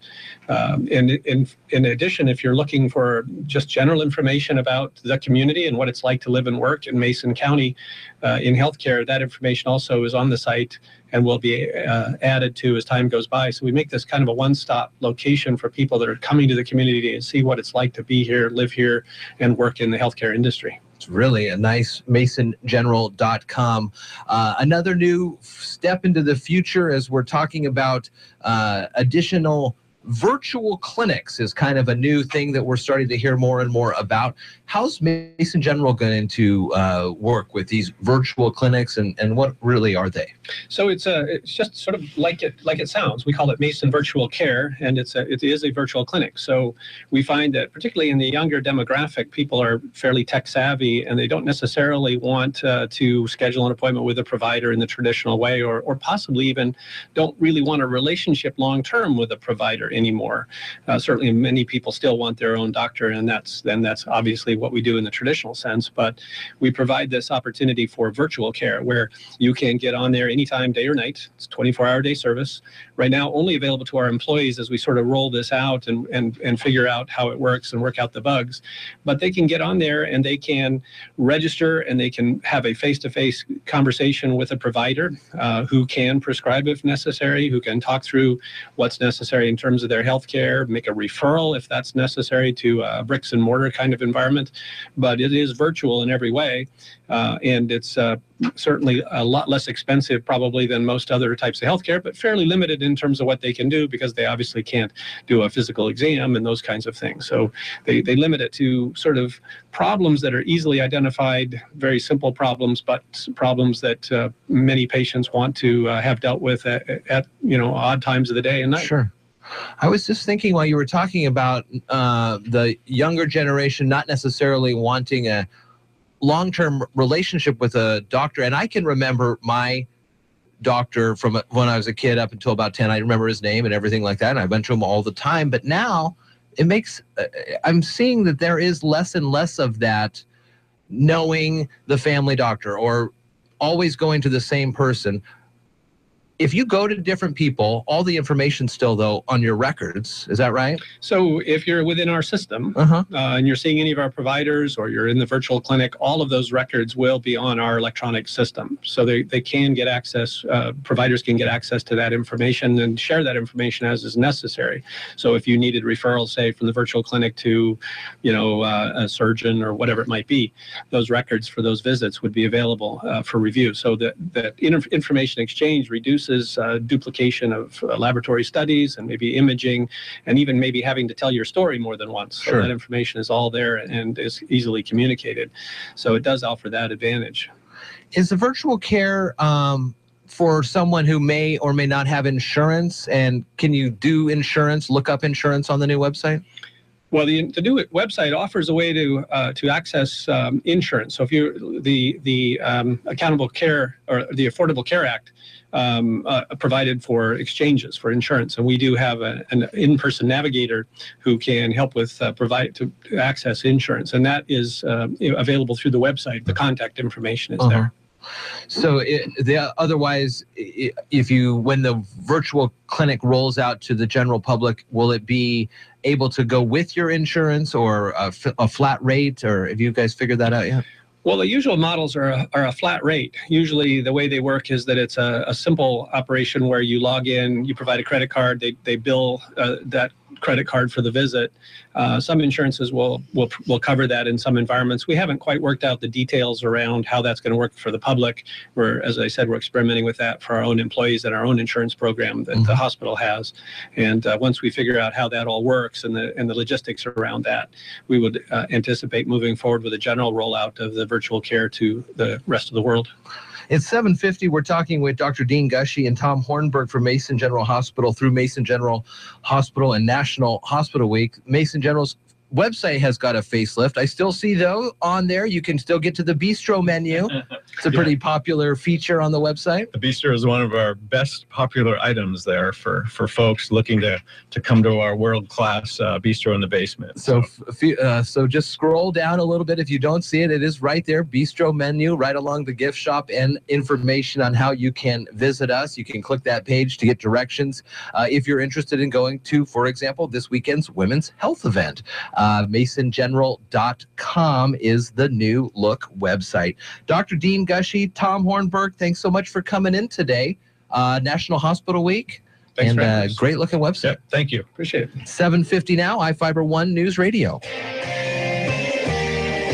ABC Entertainment News. Here's Jason Nathanson. A ton of news in the TV biz, lots of shows picked up or canceled. Let's do this by network. On ABC, getting another season are the dramas American Crime and The Catch and the comedy The Real O'Neills. Time to get things started. Not coming back are The Muppets, Gallivant, The Family, Agent Carter, and the veteran shows Castle and Nashville. It all grinds to a halt. Over on Fox, the critically acclaimed comedies The Grinder and Grandfather just got gutted. I am Supergirl. A second season for Supergirl, but not on CBS. It's moving over to the CW. Networks are figuring out their fall schedules ahead of the upfronts next week. Multiple reports that a Good Wife spinoff is actually happening. It wouldn't run on CBS, though, but on their $5.99 a month streaming service. That's where a new Star Trek series is supposed to premiere next January. Show is Money Monster. And George Clooney's Money Monster doesn't stand a chance at the box office against Captain America Civil War. Look for the Marvel movie to repeat in first. Money Monster will battle The Jungle Book for second. I'm Jason Nathanson. 2016 may not be your lucky year, but it may be luckier than most. We explain today on the Old Farmer's Almanac Radio Report. With more practical tips and useful advice, this is the Old Farmer's Almanac Radio Report for Friday, May 13th. It is the 134th day of the year, and Stevie Wonder is celebrating a birthday. If you approach this superstition-filled day with some trepidation, here's some good news. It's the year's one and only occurrence of Friday the 13th. That got us wondering, is it possible for a year to contain no Friday the 13th? There's a rather complex mathematical formula involved, but the answer is no.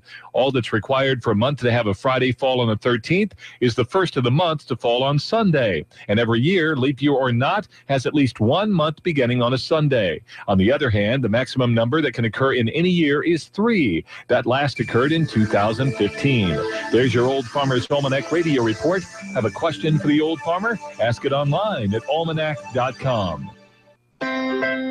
iFIBER One News Radio, 1030 KMAS and FM 103.3 presents Daybreak.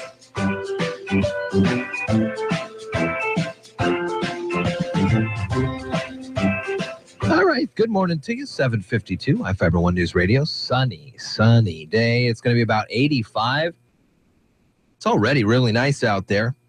So this Money Monster movie, George Clooney is kind of like a Jim Cramer, Mad Money style TV stock guy. Some guy takes exception to the, Wall Street, big business, whatever, and holds him hostage. It looks like a really good movie, and I like the chemistry between Clooney and Julia Roberts. Mm-hmm. They haven't been together since, what were they? Was she in Ocean's 13? I don't remember if she was in that one. 12. She was in 12. Yeah. What's the one where they go to Rome and steal the Fabergé egg? That's got to be 12, because then in 13 they go back to Vegas against Al Pacino. Those are fun movies. And doesn't she make a cameo appearance, though? Does she? I wonder if she does. Well, it was kind of meta at the end of the second one, because Tess, how do I know these people's names? Tess, like I said, is trivia the character's name, Mm-hmm. but she plays Julia Roberts as Tess, as Julia Roberts. That's considered meta. And people throw that phrase all around, and sometimes it's hard to understand what that means. So that actually looks pretty good. And Jodie Foster's directing. Yeah. So, of course, it's not going to beat Captain America. But as Jason Nathanson said, second place. Well, they're two different genres, basically. Yeah. Completely. You have any interest in the Civil War Captain America movie? I love all those. Yeah, I love the Marvel Universe. I think it's fun. It's escapism. It's fun to imagine what it would be like to, be in a world like that. It's action packed. It's usually a lot of fun, and they have some dry humor in it, which I like. Sure. I was watching Despicable Me yesterday. Kaiser. How many times have you watched that? That's just the first time. Oh. Minions, on the other hand, is becoming a fast favorite at the household. Okay. So we had to continue on. As long as there's a Minion in the movie, I think we could get away with watching it.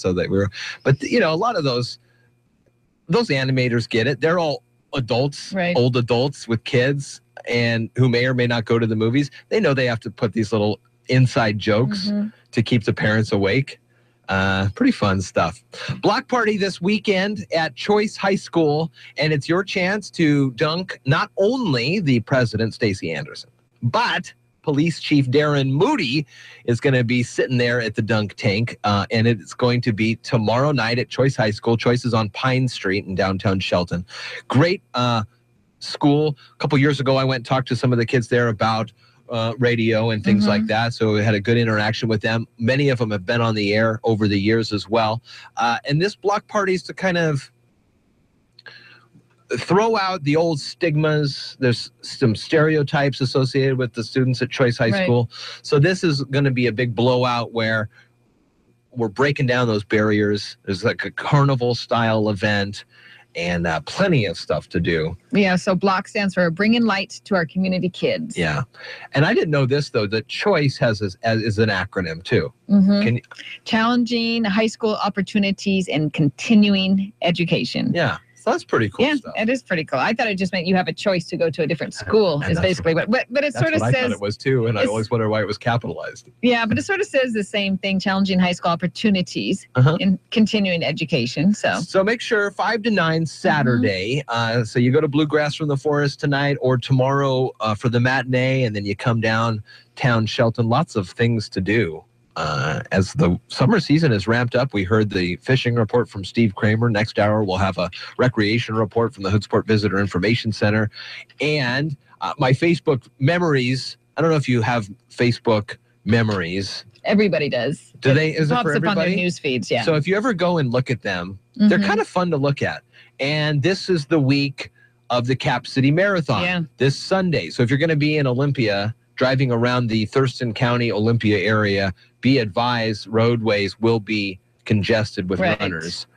But I'm reminded now. And you did do the Capital City Marathon? I've done the full marathon once, I think the half a couple times, and the 5 miler. Is it something you want to start doing again? Because you used to do a lot of these marathon type things. I did a bunch. You want to go get back into that? Days when you look outside and you see how beautiful it is around these parts, and it's fun to get on the road and just go run and get lost and then come back.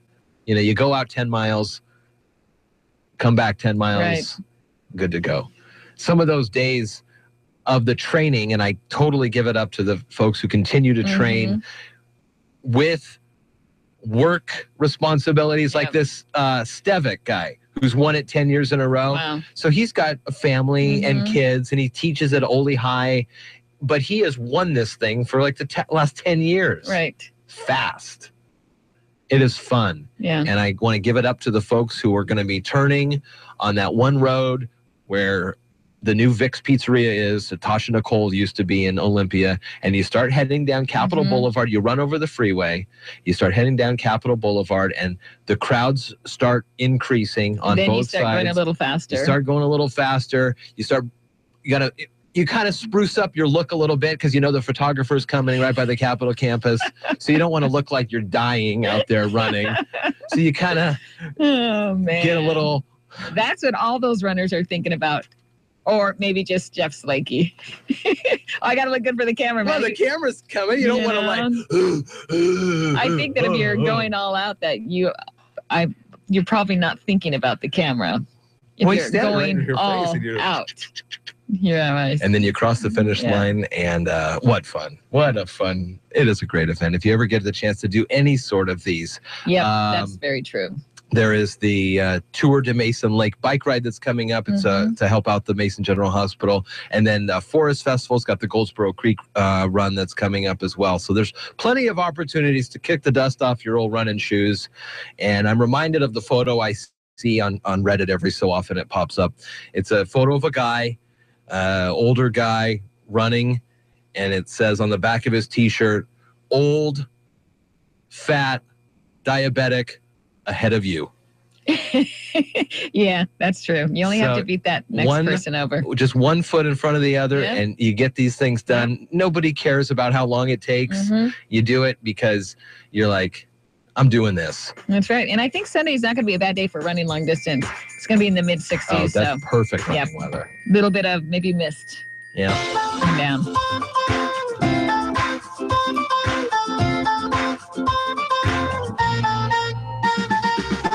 You're listening to Daybreak on iFIBER ONE Newsradio. Tom Hartman is live and waiting your call weekdays from 9 to noon on iFIBER ONE News Radio, AM 1030, FM 1033, KMAS Shelton. Here's the latest from ABC News.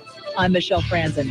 Donald Trump emerged from what was all smiles on Capitol Hill yesterday, pledging to help unify the party. Today on Good Morning America, Trump responding to mounting calls to release his tax returns. Don't tell Donald Trump that 40 years of precedent gives voters a right to see his tax returns. Before 1976, people didn't do it. I mean, it used to be a secret thing. One person who did, Richard Nixon, and he released his taxes while under audit, something Trump has emphatically refused. Not going to learn anything, but it's under routine audit. When the audit ends, I'm going to present them. Trump has also resisted on the grounds that not all of Hillary Clinton's emails have been revealed. The whole thing is a scam. There are emails missing all over the place. Making some wonder if we'll ever see Trump's taxes. Brad Milkey, ABC News. An upper court judge in New Hampshire is recommending former prep school student Owen Labrie, convicted of sexually assaulting a classmate last August, be allowed to spend his time at home awaiting an appeals trial. ABC's Gio Benitez has more. Owen Labrie violated his curfew while he was out. That's what the trial judge found. And the trial judge says, you know what, we're going to take away your bail and we are going to have you start serving your 1-year sentence. The Supreme Court, the state Supreme Court, is saying that really wasn't a huge issue. There was no criminal act involved. It was just slightly missing his curfew, and that is why they're asking the judge to revisit his ruling. Facebook CEO Mark Zuckerberg refuting reports from former employees that they kept conservative news stories out of their trending topics feed. Mark Zuckerberg writing, these claims have no merit, that they have launched an investigation, that they have found no evidence that this report is true. He says he will stick to his principles. Facebook will stick to their principles, and if they find any wrongdoing, they will proceed. That's ABC's chief business and economics correspondent, Rebecca Jarvis, reporting. This is ABC News. If you're drowning in IRS debt and can't afford to pay, then you need to take advantage of special IRS tax programs that are available and free yourself from IRS collection efforts once and for all. Due to the financial hardship consumers are facing during the decline in the U.S. economy, the Internal Revenue Service has made it easier to settle delinquent tax problems. An open phone line has been established by Community Tax for consumers to call and see if they qualify. Take down this number or store it in your cell phone, but call the Community Tax Helpline at 800-358-4288. If you owe back taxes to the IRS and cannot afford to pay them back, or even if you have years of unfiled tax returns, there's no need to fear anymore. But you have to call the Community Tax Helpline today at 800-358-4288 for the help that you need. Don't take on the IRS alone. They can attack your wages, savings, pension, home, and even your Social Security check. Call 800-358-4288 for your free consultation and to see if you qualify. That's 800-358-4288. Questions swirling on how much information French authorities had on the suspected terror ringleader prior to the November Paris attacks. Citing French and Belgian intelligence sources, the French newspaper Le Parisien reports that authorities believe the suspected ringleader, Abdel Ahmed Aboud, was plotting to target a concert. The paper says he was seen as a major threat, but they repeatedly failed to catch him. He died 5 days after the deadly November attacks when police raided his apartment. ABC's Tom Rivers reporting. Kenya and Russia both under investigation for using state-organized doping to help their athletes win gold at previous Olympic Games. Now there are calls for the International Olympic Committee to ban those countries from this year's Games in Rio. Wall Street off to a wobbly start after lower than expected earnings from major mall retailers Nordstrom and Kohl's.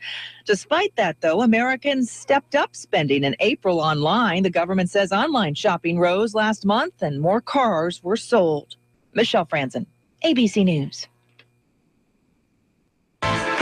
Mason County is hiring, so stop those long commutes and work where you live. Look for employment opportunities at the Mason County website. From the iFIBER ONE Newsradio studios, I'm Marilyn Foster. The city has released names and professional backgrounds of 5 finalists, one of which will succeed City Administrator Dave O'Leary, who's retiring May 31st. Steve Goins, City of Shelton Director of Community and Economic Development, is one of the finalists for City Administrator. The other finalists are Benjamin Marchand, City Manager of Coquille, Oregon, for the past 4 years, Lawrence Urey, City Manager of Concordia, Kansas, Ryan Wheatoness, a manager at Pierce Transit, and Adam Lincoln, who has been the city manager of Lakewood for 3 years. The applicants will be interviewed for the position on June 9th, preceded by a meet and greet at Shelton Civic Center, 6 p.m. June 8th. Peace Officer Memorial Week kicks off Sunday with ceremonies locally in Kitsap and Bremerton. The week remembers those who've given their lives in the line of duty. Shelton Police Chief Darren Moody shared some stats with Daybreak. In Washington last year, there were two line of duty deaths. Nationwide, there were 128, and about 39 to 40 of those were by gunfire. Wow. And so far this year, we're at about 34, and half of those by gunfire. Chief Moody says assaults on police officers are on the rise. They definitely have increased. In just the year and a half I've been here, I've seen more assaults, more common to just get in the fight with the officer rather than go peacefully. In fact, I think it was 3 weeks ago, we had a Mason County deputy get shot at. And as you know, we crossed the lines quite a bit with County City, and it was right outside the city limits that it occurred. A lot of these things assaults especially, tend to be just a simple contact. They can be, contact with a suspicious person walking down the street, and often they result as just a simple traffic stop. The chief blames drug and alcohol use for the aggressive behavior and parolees who don't want to go back to prison. As for crime rates in Shelton, the number is decreasing. Hear more about what the latest report shows in the full interview on the Daybreak page. Find it at iFIBER1newsradio.com. Chief Moody will be part of the dunk tank at the Choice High School block party, which is tomorrow. The event presented by Choice students runs from 5 to 9 p.m. at the school, 807 West Pine Street. Carnival games are also planned where participants can win tickets for prizes. Nonstop jam sessions and major players will perform in Shelton this weekend for the 2016 Bluegrass from the Forest Festival. The music begins just after 6:30 this evening at Shelton High School's Performing Arts Center and runs until noon Sunday. The festival is sponsored by the Christmastown Kiwanis Club, and proceeds go to the club for its community service projects. For iFIBER One News Radio, 1030 KMAS and FM 103.3, I'm Marilyn Foster. Is your family doing some growing? Whether it's an expansion of your home or the addition of a new family car, Peninsula Credit Union can provide fast, friendly service with terrific rates. We offer personal lines of credit, affordable auto loans, and a variety of home loan options to get you moving. Visit our offices in Shelton, Belfair, Paulsbo, Port Orchard, and Port Townsend, or go online to pcfcu.org. At Peninsula Credit Union, our priority is you. Now from the all-new Gillis Auto Center Sports Desk, here's Sean Wells. 3 Shelton golfers have qualified for the 3A State Golf Tournament in Spokane. Jamie Petney, Ethan Petney, and Tim Nail will all be representing the high climbers. In the boys' competition, Tim placed second in the Narrows League tournament while Ethan finished fourth. Jamie took third place in the girls' competition. Shelton Fast Pitch scored 7 runs in the first 3 innings while holding on to beat North Thurston 7-6 in Narrows League tournament play.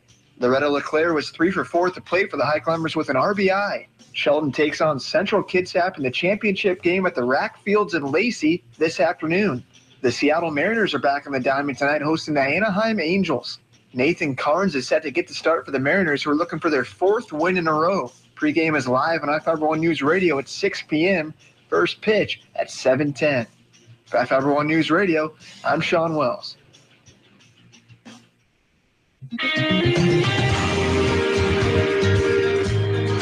Good morning. It's 10 after 8, and I'm Carol Gardner along with Jeff Sykin. You are listening to Daybreak, and it is going to be a beautiful day today. We're going to have highs in the mid-80s.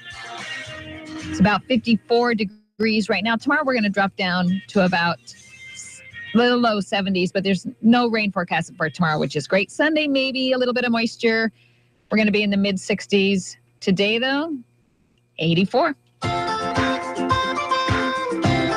Now, from the iFIBER One News Radio studios, it's Daybreak. Providing local news, sports, weather, and interviews to the South Sound's most important people. You. From business leaders to politicians, from activists for change to advocates for the poor. Your neighbors and newsmakers are here on Daybreak. Good morning to you. It's 8:10, iFIBER One News Radio. Dr. Alex Apostle coming in about 7 minutes or so in just a couple of moments to talk with us about the Shelton School District. He's the superintendent of Shelton Schools. And at 8:50, Sean Wells is calling in. We'll talk with him about the Mariners, who are in first place in the AL West. Central Mason Fire and EMS Chief Tim McKern called into the listener line at 462-1041 to inform the community there will be a controlled burn in the Matlock area near the Beeville Loop Road, just beyond the Matlock store, tomorrow from 9 to 4 p. Also, Chief McKern wanted to identify the county has the largest class of basic firefighting training yet, with 50 trainees. Along with the training underway, training for wildland fire training, which fights fires like the one going on today in Oso, which we'll update you on in just a few moments. McKern says the training is just in time for the upcoming wildfire season. If you're interested in participating in the training, call your local fire district chief to get signed up today. Training tomorrow. Also Saturday, May 14th, that is tomorrow, and is offered at various times throughout the year if you miss it. We'll continue to update you on that. Make sure you know, again, there's going to be a controlled burn in the Matlock area tomorrow between 9 and 4 p.m. 8:12 now, iFIBER One News Radio. And we'll have that information on our website. We'll also post it to Facebook. And you can find that on iFiber1newsradio.com, our brand new website. And you can comment on the stories, or you can post information. And you can watch us on Daybreak. We pop up about 6 to 9, Monday through Friday. You can see us live. And you also can see any interviews that we've had on our Daybreak show. If you've missed them live, they'll be on our Daybreak page, which is at the top of the website. You can see our tabs. And you can also get in touch with us like Chief McKern did by calling our listener line. We must have been in the middle of a interviewer, we would have answered the phone. That's 360-462-1041. Or you can email us at daybreak@ifiber1.com. Coming up next, Dr. Alex Apostle from the Shelton School District. He's the superintendent. We'll also tell you about a block party coming up tomorrow night and this weekend's Bluegrass from the Forest.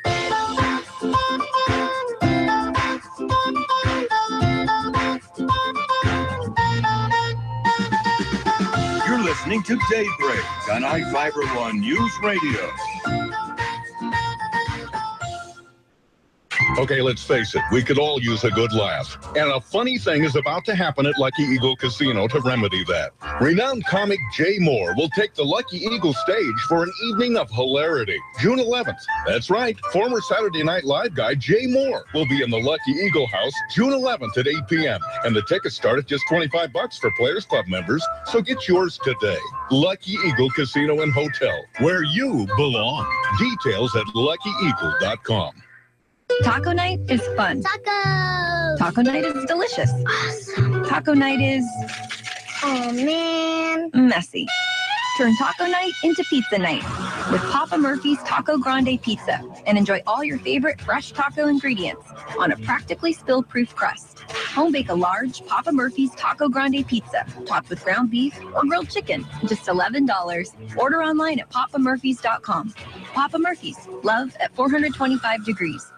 I'm with Scott Ulsterberg, sales manager at the all-new Gillis Auto Center. Scotty, what am I looking at? Dale, we're looking at gear-grabbing, pedal-stabbing, heart-pounding fun. Oh, baby, tell me more. We've got a 2016 526 horsepower GT350, the hottest Mustang on wheels, and the car sitting next to it. This is a 707 horsepower, 200 mile per hour Dodge Challenger Hellcat. Oh, those cars are muscle cars. Oh, they're muscle cars and beyond. These things are absolute rocket ships. You know who's going to appreciate these are guys like me and you that in the 70s, we couldn't buy these cars, but we looked at them, and now we paid our dues and we can finally have one. That's a great idea. You come down and drive one, I'll sit in the car and do the paperwork with you because you won't want to get out. All right, it's the all-new Gillis Auto Center off the Shelton City Center exit. Just go to Gillis. iFIBER ONE News Radio, 1030 KMAS and FM 103.3 presents Daybreak.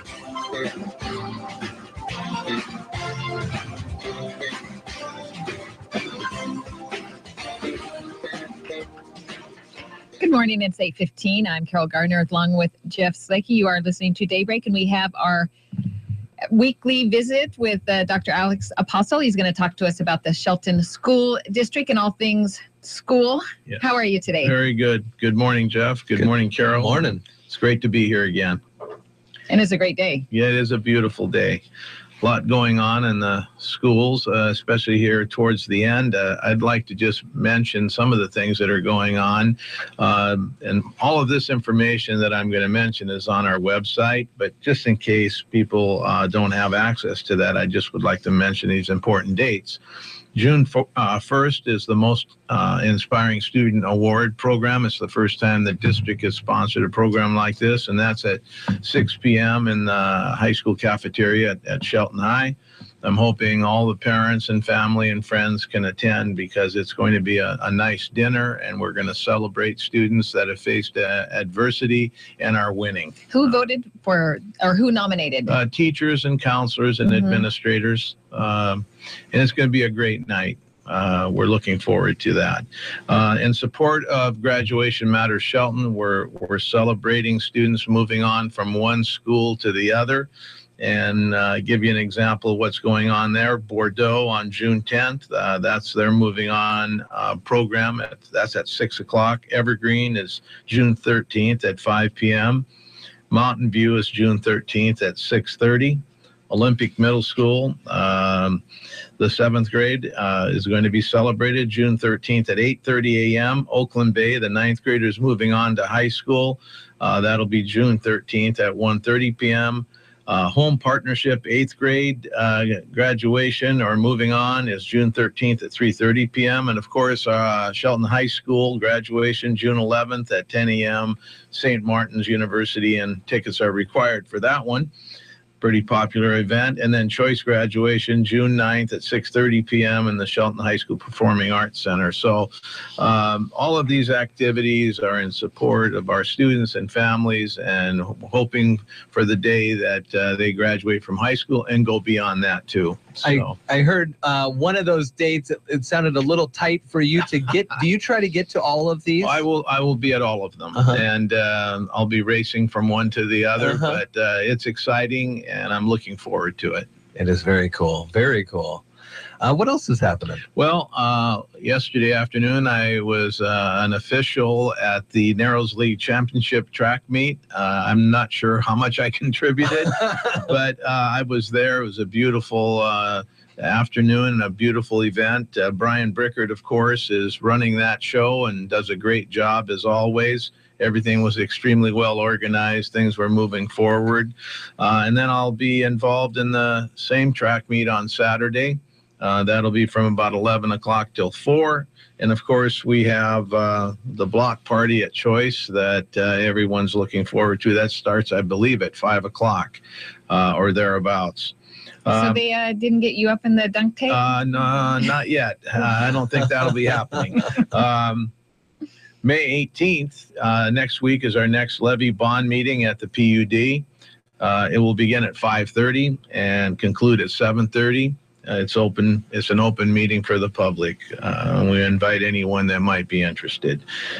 Something else that we're going to do for the first time that's really exciting is our seniors from Choice High School and Shelton will put on their robes, and they will visit all of our elementary schools. They'll kind of walk down the halls, and hopefully the kids at the elementary schools will be out in the halls cheering them on. We'll do the same at Olympic Middle School and Oakland Bay Junior High. Basically communicating how important graduation is and celebrating that event. We're looking forward to having that happen. That'll be the first time we've ever done that. That's a great idea. Yeah. Does that come from the Graduation Matters that you were working with? Well, Graduation Matters Shelton has had influence on all of that. We picked up the idea. A couple school districts around the country are doing that. And it's consistent with everything that we're trying to do. So letting our younger kids see the graduates in their robes, and it gives them something to look forward to. And I'm pretty excited about seeing all that go on. Because the teachers and adults can talk about how great graduation is, so they're blue in the face. But when you see a peer with the robes, you're like, hey, that could be me. Yeah, it's going to be me. Yeah, that's awesome. That's what we're hoping. But a lot of excitement in the district. We're looking forward to a great ending to the school year, and then starting back up again quickly after that. So good things. Was there a lot of people at the track meet yesterday? Oh, it was very nice. It had a great crowd. So it's going to be pretty hectic up at the high school. Bluegrass from the Forest is going on at the same time all throughout the weekend. Yeah, I've heard about that. Of course, I've never been involved in it, but I guess it's a huge event. Yeah. So like we said earlier, a lot going on. Lots going on. Very nice. Dr. Alex Apostle on Daybreak. Good to see you. We'll talk next week as we gear up and start wrapping things up for the school year. It's amazing. It's almost that time. It's almost here. Wow. Thanks, Carol. Thanks. Good to see you, Jeff. 8:20 now. iFIBER ONE Newsradio. Now your political insights from ABC News. RNC Chair Reince Priebus took on the role of Yenta from Fiddler on the Roof Thursday, trying to matchmake Donald Trump and House Speaker Paul Ryan. They're just getting to know each other, and I can say it was a great first meeting to just start that process. Ryan doesn't want to be at war with his party's own presidential nominee, but he made clear at the meeting Trump must represent all Republicans, including those who voted against him. He also made it clear that this endorsement will not come anytime soon. I don't want us to have a fake unification process here. I want to make sure that we really truly understand each other and that we are committed to the conservative principles that make the Republican Party, that built this country. Bernie Sanders still insisting he can grab the nomination from Hillary Clinton, but he'd have to win a majority of all the remaining races to even get close, as well as convincing superdelegates to abandon Mrs. Clinton. We're going to be winning a lot more. Mrs. Clinton deflecting that fight and concentrating on Donald Trump. Those are your political insights. I'm Andy Field, ABC News. It's the 12th annual Bluegrass from the Forest Festival, May 13 through 15. Headliners include Michael Cleveland and Flamekeeper from Indiana. From Nashville, Rob Ickes and Trey Hensley. I got the California blues, I'm sure gonna leave you here. 2 stages of non-stop music. Local favorite Runaway Train from Seattle, North Country, and the Blackberry Bushes. And the Green Mountain Bluegrass Band from Salem, Oregon. Plus a band scramble, workshops, and open mic, and jamming all over the Shelton High School campus. RV and tent sites available. The premier kickoff to the National Bluegrass Festival season. Bluegrass from the Forest. Brought to you by J. Bird Company, LLC, Little Creek Casino Resort, Shelton Veterinary Hospital, and Olson Furniture. Don't miss Bluegrass from the Forest, May 13 through 15. Ticket information online at bluegrassfromtheforest.com. A presentation of Christmastown, Kiwanis. Hi, this is Mark Hemstreet, owner of Shiloh Inns. Many of our Shiloh customers have been visiting our Shiloh locations for years. And here's an example of someone who wouldn't stay anywhere else. Sometimes I go visit family, but most of the time I travel back and forth for business. And the best part is that I always travel with my dog Lucky, and he's welcome at any of the Shiloh Inns. I love their beds, beautiful rooms, really clean. The staff go out of their way to make me feel comfortable. Business area when I need it. Man, I'm telling you, at the end of the day, do I ever enjoy that pool and the spa? Plus, free breakfast. I love Shiloh Inns. It's everything I need. We invite all of you to try Shiloh Inns the next time you're traveling for business or pleasure. Call 1-800-222-2244 or visit our website at shilohins.com. Shiloh Inns, affordable excellence. American family-owned and proud of it. iFIBER One News Radio, 1030 KMAS and FM 103.3 presents Daybreak.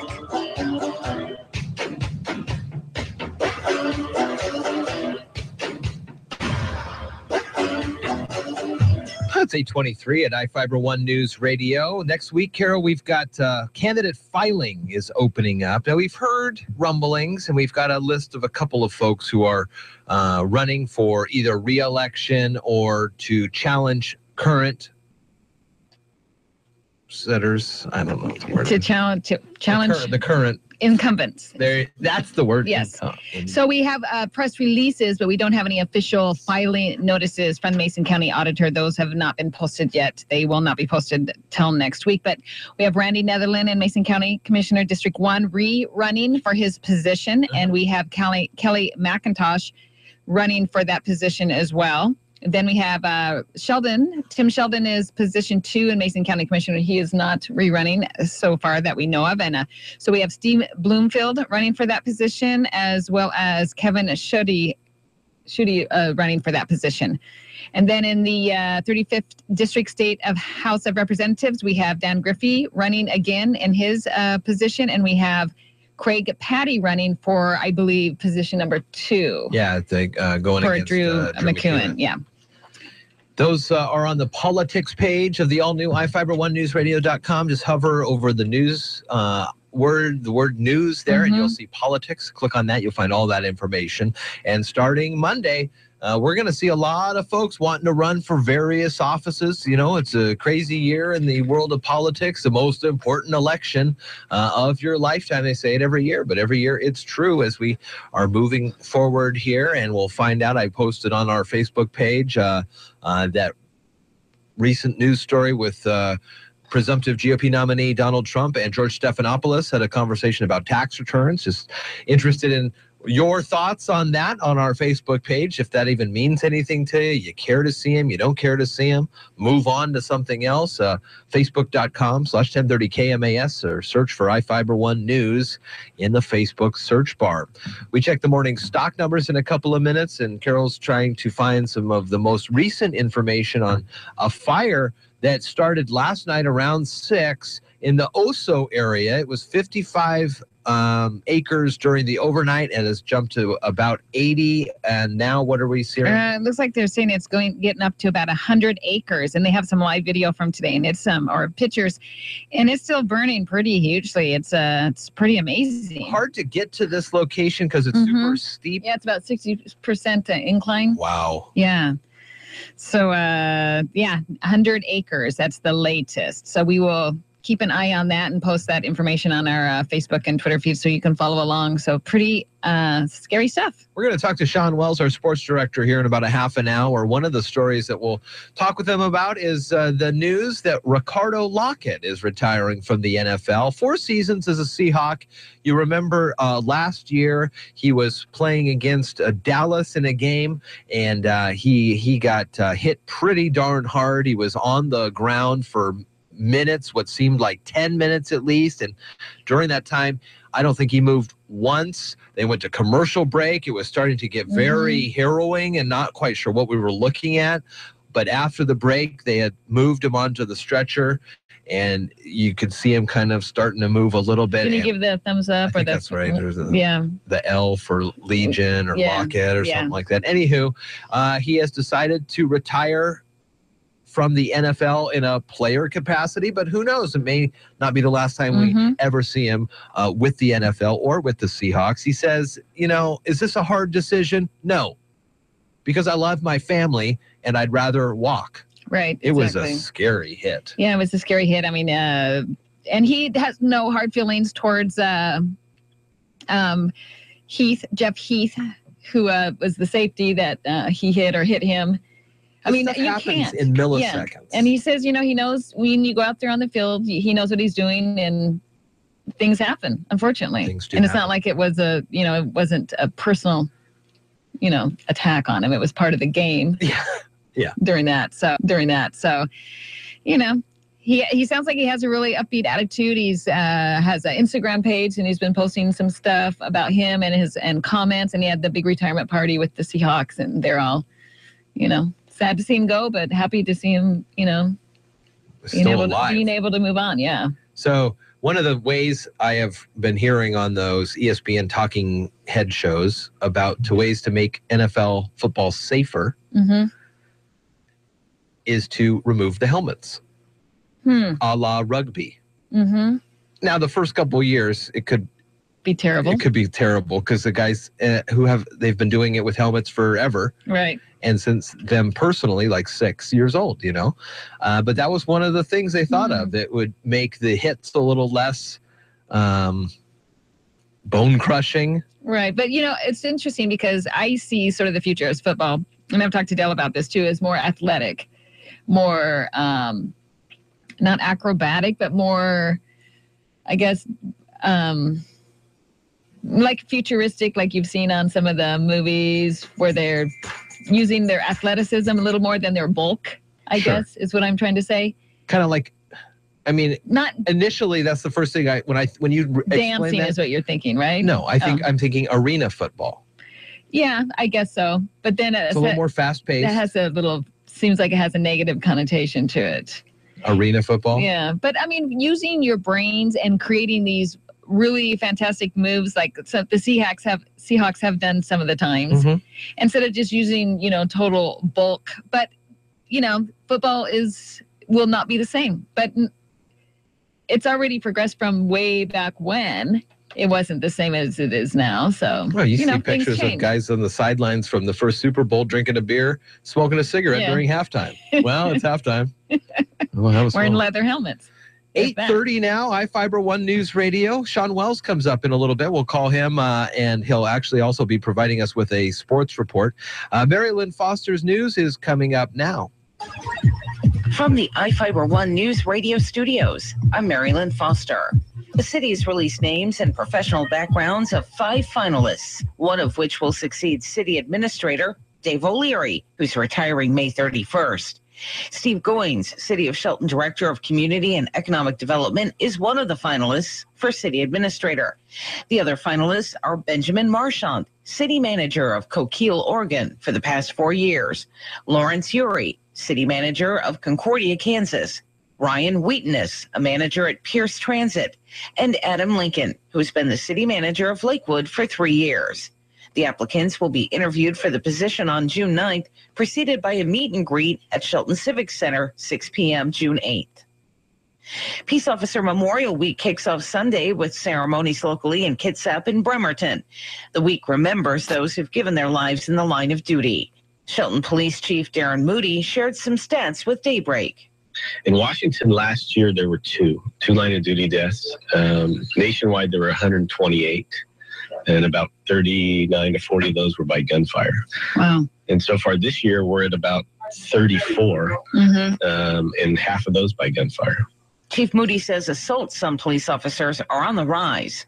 They definitely have increased. In just the year and a half I've been here, I've seen more assaults, more common to just get in the fight with the officer rather than go peacefully. In fact, I think it was 3 weeks ago, we had a Mason County deputy get shot at. And as you know, we crossed the lines quite a bit with County City, and it was right outside the city limits that it occurred. A lot of these things assaults especially, tend to be just a simple contact. They can be, contact with a suspicious person walking down the street, and often they result as just a simple traffic stop. The chief blames drug and alcohol use for the aggressive behavior and parolees who don't want to go back to prison. As for crime rates in Shelton, the number is decreasing. Hear more about what the latest report shows in the full interview on the Daybreak page. Find it at iFIBER1newsradio.com. Chief Moody will be part of the dunk tank at the Choice High School Block Party, which is tomorrow. The event presented by Choice students runs from 5 to 9 p.m. at the school, 807 West Pine Street. Carnival games are also planned where participants can win tickets for prizes. Nonstop jam sessions and major players will perform in Shelton this weekend for the 2016 Bluegrass from the Forest Festival. The music begins just after 6:30 this evening at Shelton High School's Performing Arts Center and runs until noon Sunday. The festival is sponsored by the Christmastown Kiwanis Club, and proceeds go to the club for its community service projects. For iFIBER One News Radio, 1030 KMAS and FM 103.3, I'm Mary Lynn Foster. Thanks, Mary Lynn. And checking now the morning stock numbers. Here's Sherry from Edward Jones, Karen Shade's Edward Jones office on State Route 3. Good morning. Good morning, Jeff and Carol. It's a nice Friday to start the weekend here. Going to be hot, 85. I know, and I'm going to be stuck in air conditioning all day. Okay. I'll be by to cool off a little bit later then. Okay, all right. I'll have the iced tea ready. How is it hot on Wall Street this morning? Well, it's kind of cool. Okay. But the U.S. stocks are mixed as nearly released economic reports helped ease concerns about consumer health. The data showed U.S. retail sales in April recorded their biggest increase in a year as Americans stepped up purchases of automobiles and a range of other goods. Separate reports showed wholesale prices rose in April, and a read on consumer sentiment also beat estimates, pointing to resilience in the economy, which could impact future Fed decisions. U.S. Treasury prices are higher. So far this morning in the S&P 500, the best sector is technology and the worst is telecom. The Dow Jones Industrial Average is down 25.24 at 17,695. The Standard & Poor's 500 is down $4.96 or 4.96 at 2,059. The NASDAQ is up 12.99 at 4,750. This morning's volume on the New York Stock Exchange is moderate, with 232.36 million shares traded. Decliners are outnumbering advancers by roughly a 5 to 4 margin. In commodity markets, gold is up $7.06 to $1,270.76. Silver is up 10 cents to $17.07. Crude oil prices are down 58 cents to $46.12. In bond markets today, the 30-year Treasury is currently at 2.58%, and the 10 is currently at 1.73%. In local markets today, we have Amazon, which is down $7.24. Costco is down 65 cents. Boeing is down 23 cents. Starbucks is down 2 cents, and Microsoft is up 22 cents.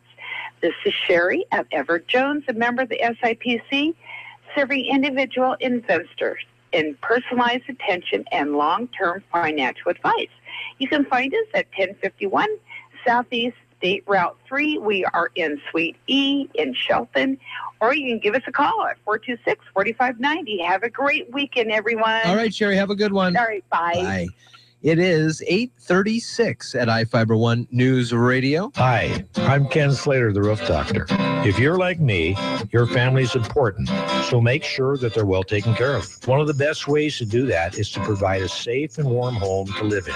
For over 50 years, the Roof Doctor has been helping families stay safe and warm by building roofs that last for generations. Our teams have some of the most experienced roofers in the area, and we only use the highest quality materials to keep your family safe, warm, and dry. That's the Roof Doctor. Give us a call. And is that it for the face of the Spurs franchise? Hi, everybody. Todd Ent reporting on sports. There was no denying the Thunder last night, who ended San Antonio's season at home 113-99 to close out the series. Kevin Durant poured in 37 points. We didn't dominate the series. I thought both teams came out and made it a game every game. I think it was a grind-out series. It was a playoff basketball every game. Oklahoma City advances to the Western Conference Finals against the defending champion Warriors. Spurs future Hall of Famer Tim Duncan asked if he's coming back. I'll get to that after I get out of here and figure life out. The 40-year-old Duncan scored 19. Another NHL Western Conference semifinal Game 7. Another blowout as San Jose eliminated Nashville 5-0. The final second tick-off. 2-1-0. Listen to the crowd roar at SAP Center. 5-0. The Sharks have a ticket to St. Louis for the conference final. On the Sharks Radio Network. On the Diamonds, the Cardinals took a 12-7 lead over the Angels in Anaheim, thanks in part to Matt Holliday. Here's a swing and a drive to center field. That's a gunner into the bushes. Matt Holliday tees off and hits home run number 5. On KMOX, Cards hung on for the 12-10 win. It was all Clayton Kershaw last night at the Ravine. Here's the pitch. Swung on and missed strike 3, and that's going to do it.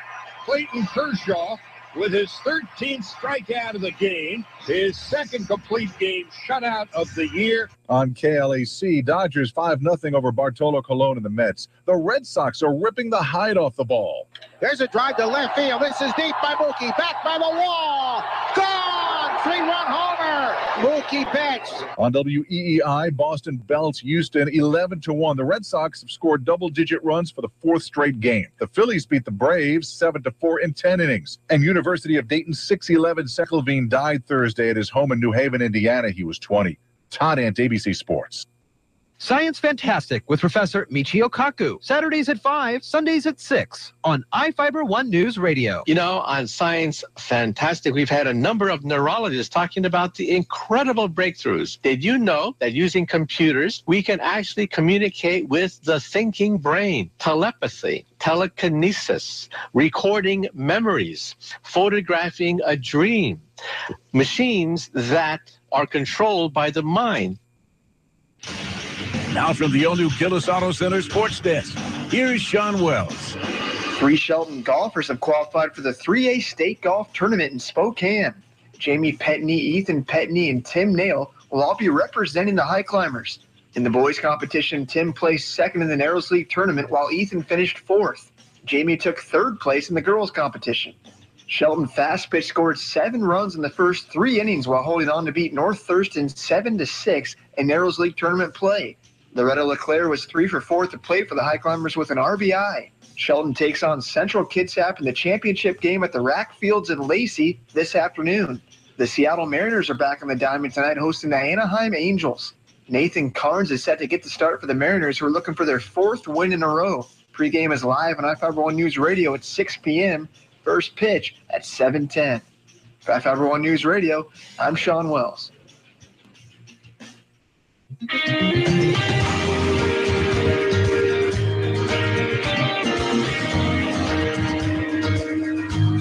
8:41 on a beautiful Friday the 13th. Dun, dun, dun. 62, clear skies now. We're going to be at about 84. Tomorrow, cloudy and 67 and 65 on Sunday. Going to be a great weekend. Next week, looking at more sunshine here in the South Sound, and currently it's 62. Now, from the iFIBER One News Radio studios, it's Daybreak. Providing local news, sports, weather, and interviews to the South Sound's most important people. You. From business leaders to politicians, from activists for change to advocates for the poor. Your neighbors and newsmakers are here on Daybreak. Good morning. It's 8:41. I'm Carol Gardner along with Jeff Slakey, and we had some great guests today. If you didn't catch those, we had Hospital Week with Mason General Hospital's their new website and online bill pay. We had Tom Hornberg and Dr. Dean Gushy in, and then we also had Dr. Alex Apostle. You can find those videos, audio interviews on our website later today. And also, we're going to have Sean Wells calling in about 10 minutes or so to update us on anything Mariners and some local sports. And we also have some other news that Jeff has. Yeah, Central Mason Fire and EMS Chief Tim McKern called in to inform the community that there's going to be a controlled burn in the Matlock area. It's near the Beeville Loop Road, which is just beyond the Matlock store. 9 to 4 tomorrow. Also wanted to identify that the county has the largest class of basic firefighting training yet, with 50 trainees. Well, that's pretty cool stuff.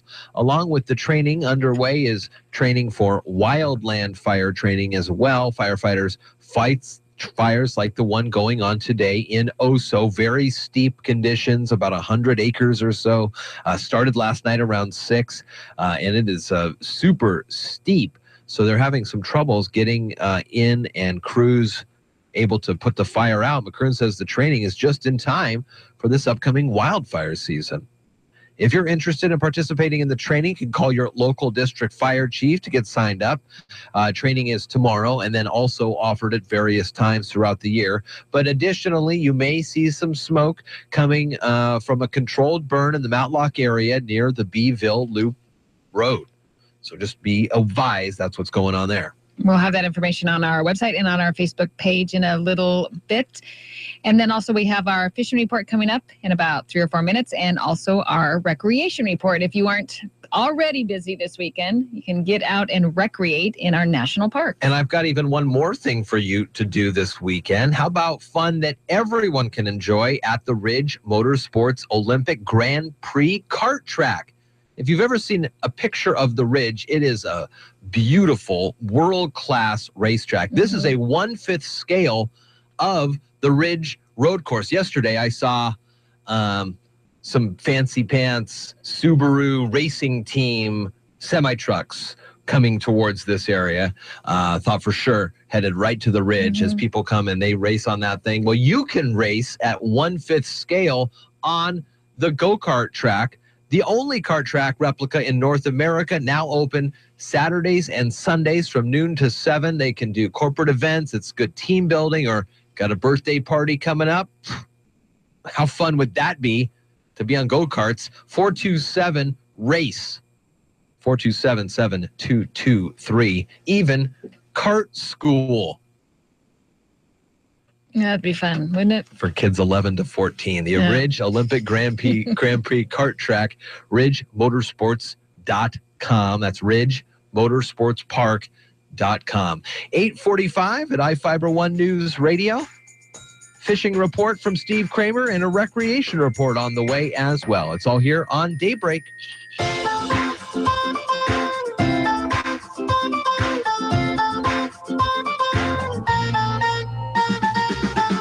Listening to Daybreak on iFIBER One News Radio. Habitat for Humanity of Mason County invites you to shop their local retail stores in Belfair and in Shelton. At Habitat for Humanity stores, you'll find amazing bargains on discounted home improvement supplies, gently used furniture, and so much more. And when you shop Habitat for Humanity, your dollars are put to work helping to improve, build, and maintain affordable housing right here in Mason County. Habitat for Humanity. Let's build a strong community together. This is Steve Kramer from Kramer Tackle with this week's fishing report. This report is coming to you live from Pattison Lake in Lacey.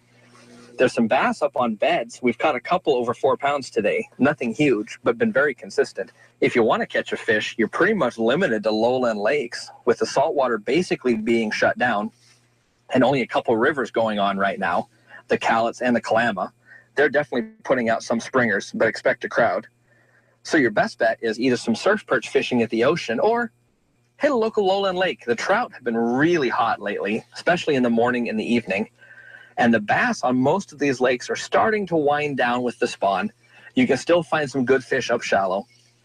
With this warm weather, I'd probably start concentrating my efforts around pad fields and maybe throw in some topwater frogs. So if you can, please take a kid fishing and make sure you check out the recreations page at iFIBER1.com. And don't forget my site, KramerTackleandGuide.com. This is Steve Kramer. Thanks for listening and good fishing. When next you visit the beautiful Hood Canal area, be sure to enjoy the hospitality that awaits you from Skokomish Indian Tribal Enterprises. Fuel and grocery needs at Twin Totems, overnight accommodations at the waterfront at Potlatch, and Glen Air Resort just north of Hoodsport, plus RV and camping at Skokomish Park at Lake Cushman, and boat launch accommodations at the park at Potlatch. Plan a stay and play vacation now. You can link to these businesses on the recreation page of iFIBER1newsradio.com. It's time now for the Recreation Report. Look for it and much more information on our recreation page on iFIBER1newsradio.com. This is Samantha from the Hood Canal Visitor Information Center with this week's Recreation Report. 2016 is the 100th birthday of the Olympic National Park. This Saturday, the birthday party is at Staircase entrance to the park, just west of Hoodsport. Admission is free, and there will be guest speakers talking about the history of the park, junior ranger activities with contests and prizes for the kids, even a demonstration of backcountry mules, and, of course, birthday cake. George Bowen, retired park ranger who volunteers at the Visitor Information Center, is giving one of the talks and leading a short hike. I am sure this event will be well attended and parking is limited, so consider parking at the Bear Gulch picnic area and walking the 1 mile from there to the park entrance. It's a nice walk. For additional information, see the iFIBER1 News Radio Recreation page. iFIBER1 News Radio, 1030 KMAS and FM 103.3 presents Daybreak. What if she had said no? Embarrassing. This weekend is the Cap City Marathon. And, I guess 4 years ago now, Stephanie and I ran the half. I was going to run the full. She was going to run the half. Then I had it all planned out that I would propose to her at the end of the race. Mm-hmm. So then we ended up both doing the half marathon together. And I had that ring in my back racing shorts pocket the whole time. And every 15 steps, I was back making sure it was still there, making sure it was still there. Sean Wells, our sports director, on the phone line this morning. Morning, Sean. Morning, Jeff. How you doing? Doing good. We are reveling in the fact that the Mariners here in the middle of May are in first place. Hey, what's not to like? 21-13, just playing great baseball. Just coming off a 3-game sweep over the Tampa Bay Rays. It's fun to watch right now. You were at the game on Wednesday as Chris Iannetta hits the walk-off home run to be mobbed by his teammates there at home plate. We heard it on iFIBER1 News Radio, AM 1030 and FM 103.3, proud sponsors and affiliates of the Seattle Mariners. What's it like? What was it like at the ballpark? What was the feel? You know, it's a game that we could have lost 2 or 3 different ways, Jeff, but good teams find a way to win, and the Mariners really just hung in there. Bullpen came in, did some excellent work, and again, Chris Iannetta, really having a good season at catcher for us, came up and just hit that big home run right when we needed it, and the Mariners got the win. But Nelson Cruz got a home run in that game, which is nice to see because he's been in a little bit of a slump. Ketel Marte, Cano continue to have good seasons, and Taijuan Walker, the starting pitcher, he went well for the first 5 innings. I was thinking, hey, he might have a chance to complete game shutout, and then he kind of lost his command a little bit in that 6th inning, gave up that grand slam. But really, our pitching has been phenomenal, and our hitting has really come along this year. When you were in the clubhouse after the game, Did you get a chance to see the hottest fashion accessory in the clubhouse, the Swelmet? I did. There is a lot of talk going around about the Swelmet. I didn't see it in person, but clearly that's the new rage this year, huh? So Mariners superfan Larry Anderson took the top part of a Darth Vader helmet, the top part, and then the sweeping back, painted it Mariners colors, yellow and blue. And it's kind of like the game ball. At the end of the game, whoever is awesome, the most awesome player on the team, they'll get this Swelmet to walk around. And I hear they're in talks to replicate this for a potential giveaway sometime this season. Oh, that's great. That's great to hear. It's a helmet. It's a big old Darth Vader helmet. People are loving it. We heard this morning that Ricardo Lockett has decided to retire from the NFL. He had that huge hit against Dallas last season and was on the ground for multiple minutes. Not quite sure what we were going to see from him in the future. What do you think about him cutting short his career? Yeah, I think it's a smart choice. That hit he took was so violent. You've heard him say after that hit that, if teammates would have tried to help him up or grabbed his arm a wrong way when he was first initially on the ground, he might have been paralyzed. It was that bad of a hit, and he was lucky the doctors were able to get to him right away, stabilize him, and so forth. But really, just football became an afterthought after his surgeries, and he wants to be with his family and be able to walk and do things the rest of his life. So I think it's a smart choice by him, and he will always be a Seahawk. And as you could see at his press conference yesterday, he had a ton of support from past and present teammates, and all the luck to him as he goes forward. Was talking with Dr. Alex Apostle, the Shelton School District Superintendent. He was one of the officiating crew at the track meet yesterday, continuing on for the next couple days here at the high school. You're going to be out and about covering that. What are you seeing from Shelton track? Yeah, I'll be out there on Saturday. I know they're having a good season. They have a really good hurdler and a few good field of competitors. I think Mike Husky at Shop took first place yesterday, as well as Colton Powler is doing good things. So it should be a fun match. I know they had quite a few competitors that advanced to day 2. So it'll be a big day. Hopefully the weather is nice on Saturday, and we might see some PRs out there. Finally, Sports Director Sean Wells, what else is going on with the local sports scene? Well, Shelton Fastfish got a big win yesterday in the Narrows League tournament. They knocked off North Thurston 7-6. So they're playing in the Narrows League championship match, and that's this afternoon. And they're taking on Central Kitsap, who's kind of had their number this season. They've lost them twice, but what they say, it's hard to beat a team 3 times. So Shelton will look to pull off that win this afternoon. That's up at the Rack Fields up in Lacey. For sure. All right, Sean Wells. Well, we'll talk with you Monday. You'll be providing us with our clues for Mariners Monday trivia. Trying to make it a little easier this time. Hey, I'll tell you what. We were tough time. No, you did a great job, and we love hearing those reports from you every day. Mondays are a special day as you provide us with a little bit of clues. As at 8:15, we give away Mariners tickets here on Daybreak. Sports Director Sean Wells, have a great day, bud. You got to. Yeah. 8:54 at iFIBER ONE Newsradio. 2016 may not be your lucky year, but it may be luckier than most. We explain today on the Old Farmer's Almanac Radio Report. With more practical tips and useful advice, this is the Old Farmer's Almanac Radio Report for Friday, May 13th. It is the 134th day of the year, and Stevie Wonder is celebrating a birthday. If you approach this superstition-filled day with some trepidation, here's some good news. It's the year's one and only occurrence of Friday the 13th. That got us wondering, is it possible for a year to contain no Friday the 13th? There's a rather complex mathematical formula involved, but the answer is no. All that's required for a month to have a Friday fall on the 13th is the first of the month to fall on Sunday. And every year, leap year or not, has at least one month beginning on a Sunday. On the other hand, the maximum number that can occur in any year is 3. That last occurred in 2015. There's your Old Farmer's Almanac Radio Report. Have a question for the Old Farmer? Ask it online at almanac.com. iFIBER One News Radio, 1030 KMAS and FM 103.3 presents Daybreak. Good morning. It's 8:55, and I'm Carol Gardner along with Jeff Slakey, and you have been listening or watching Daybreak.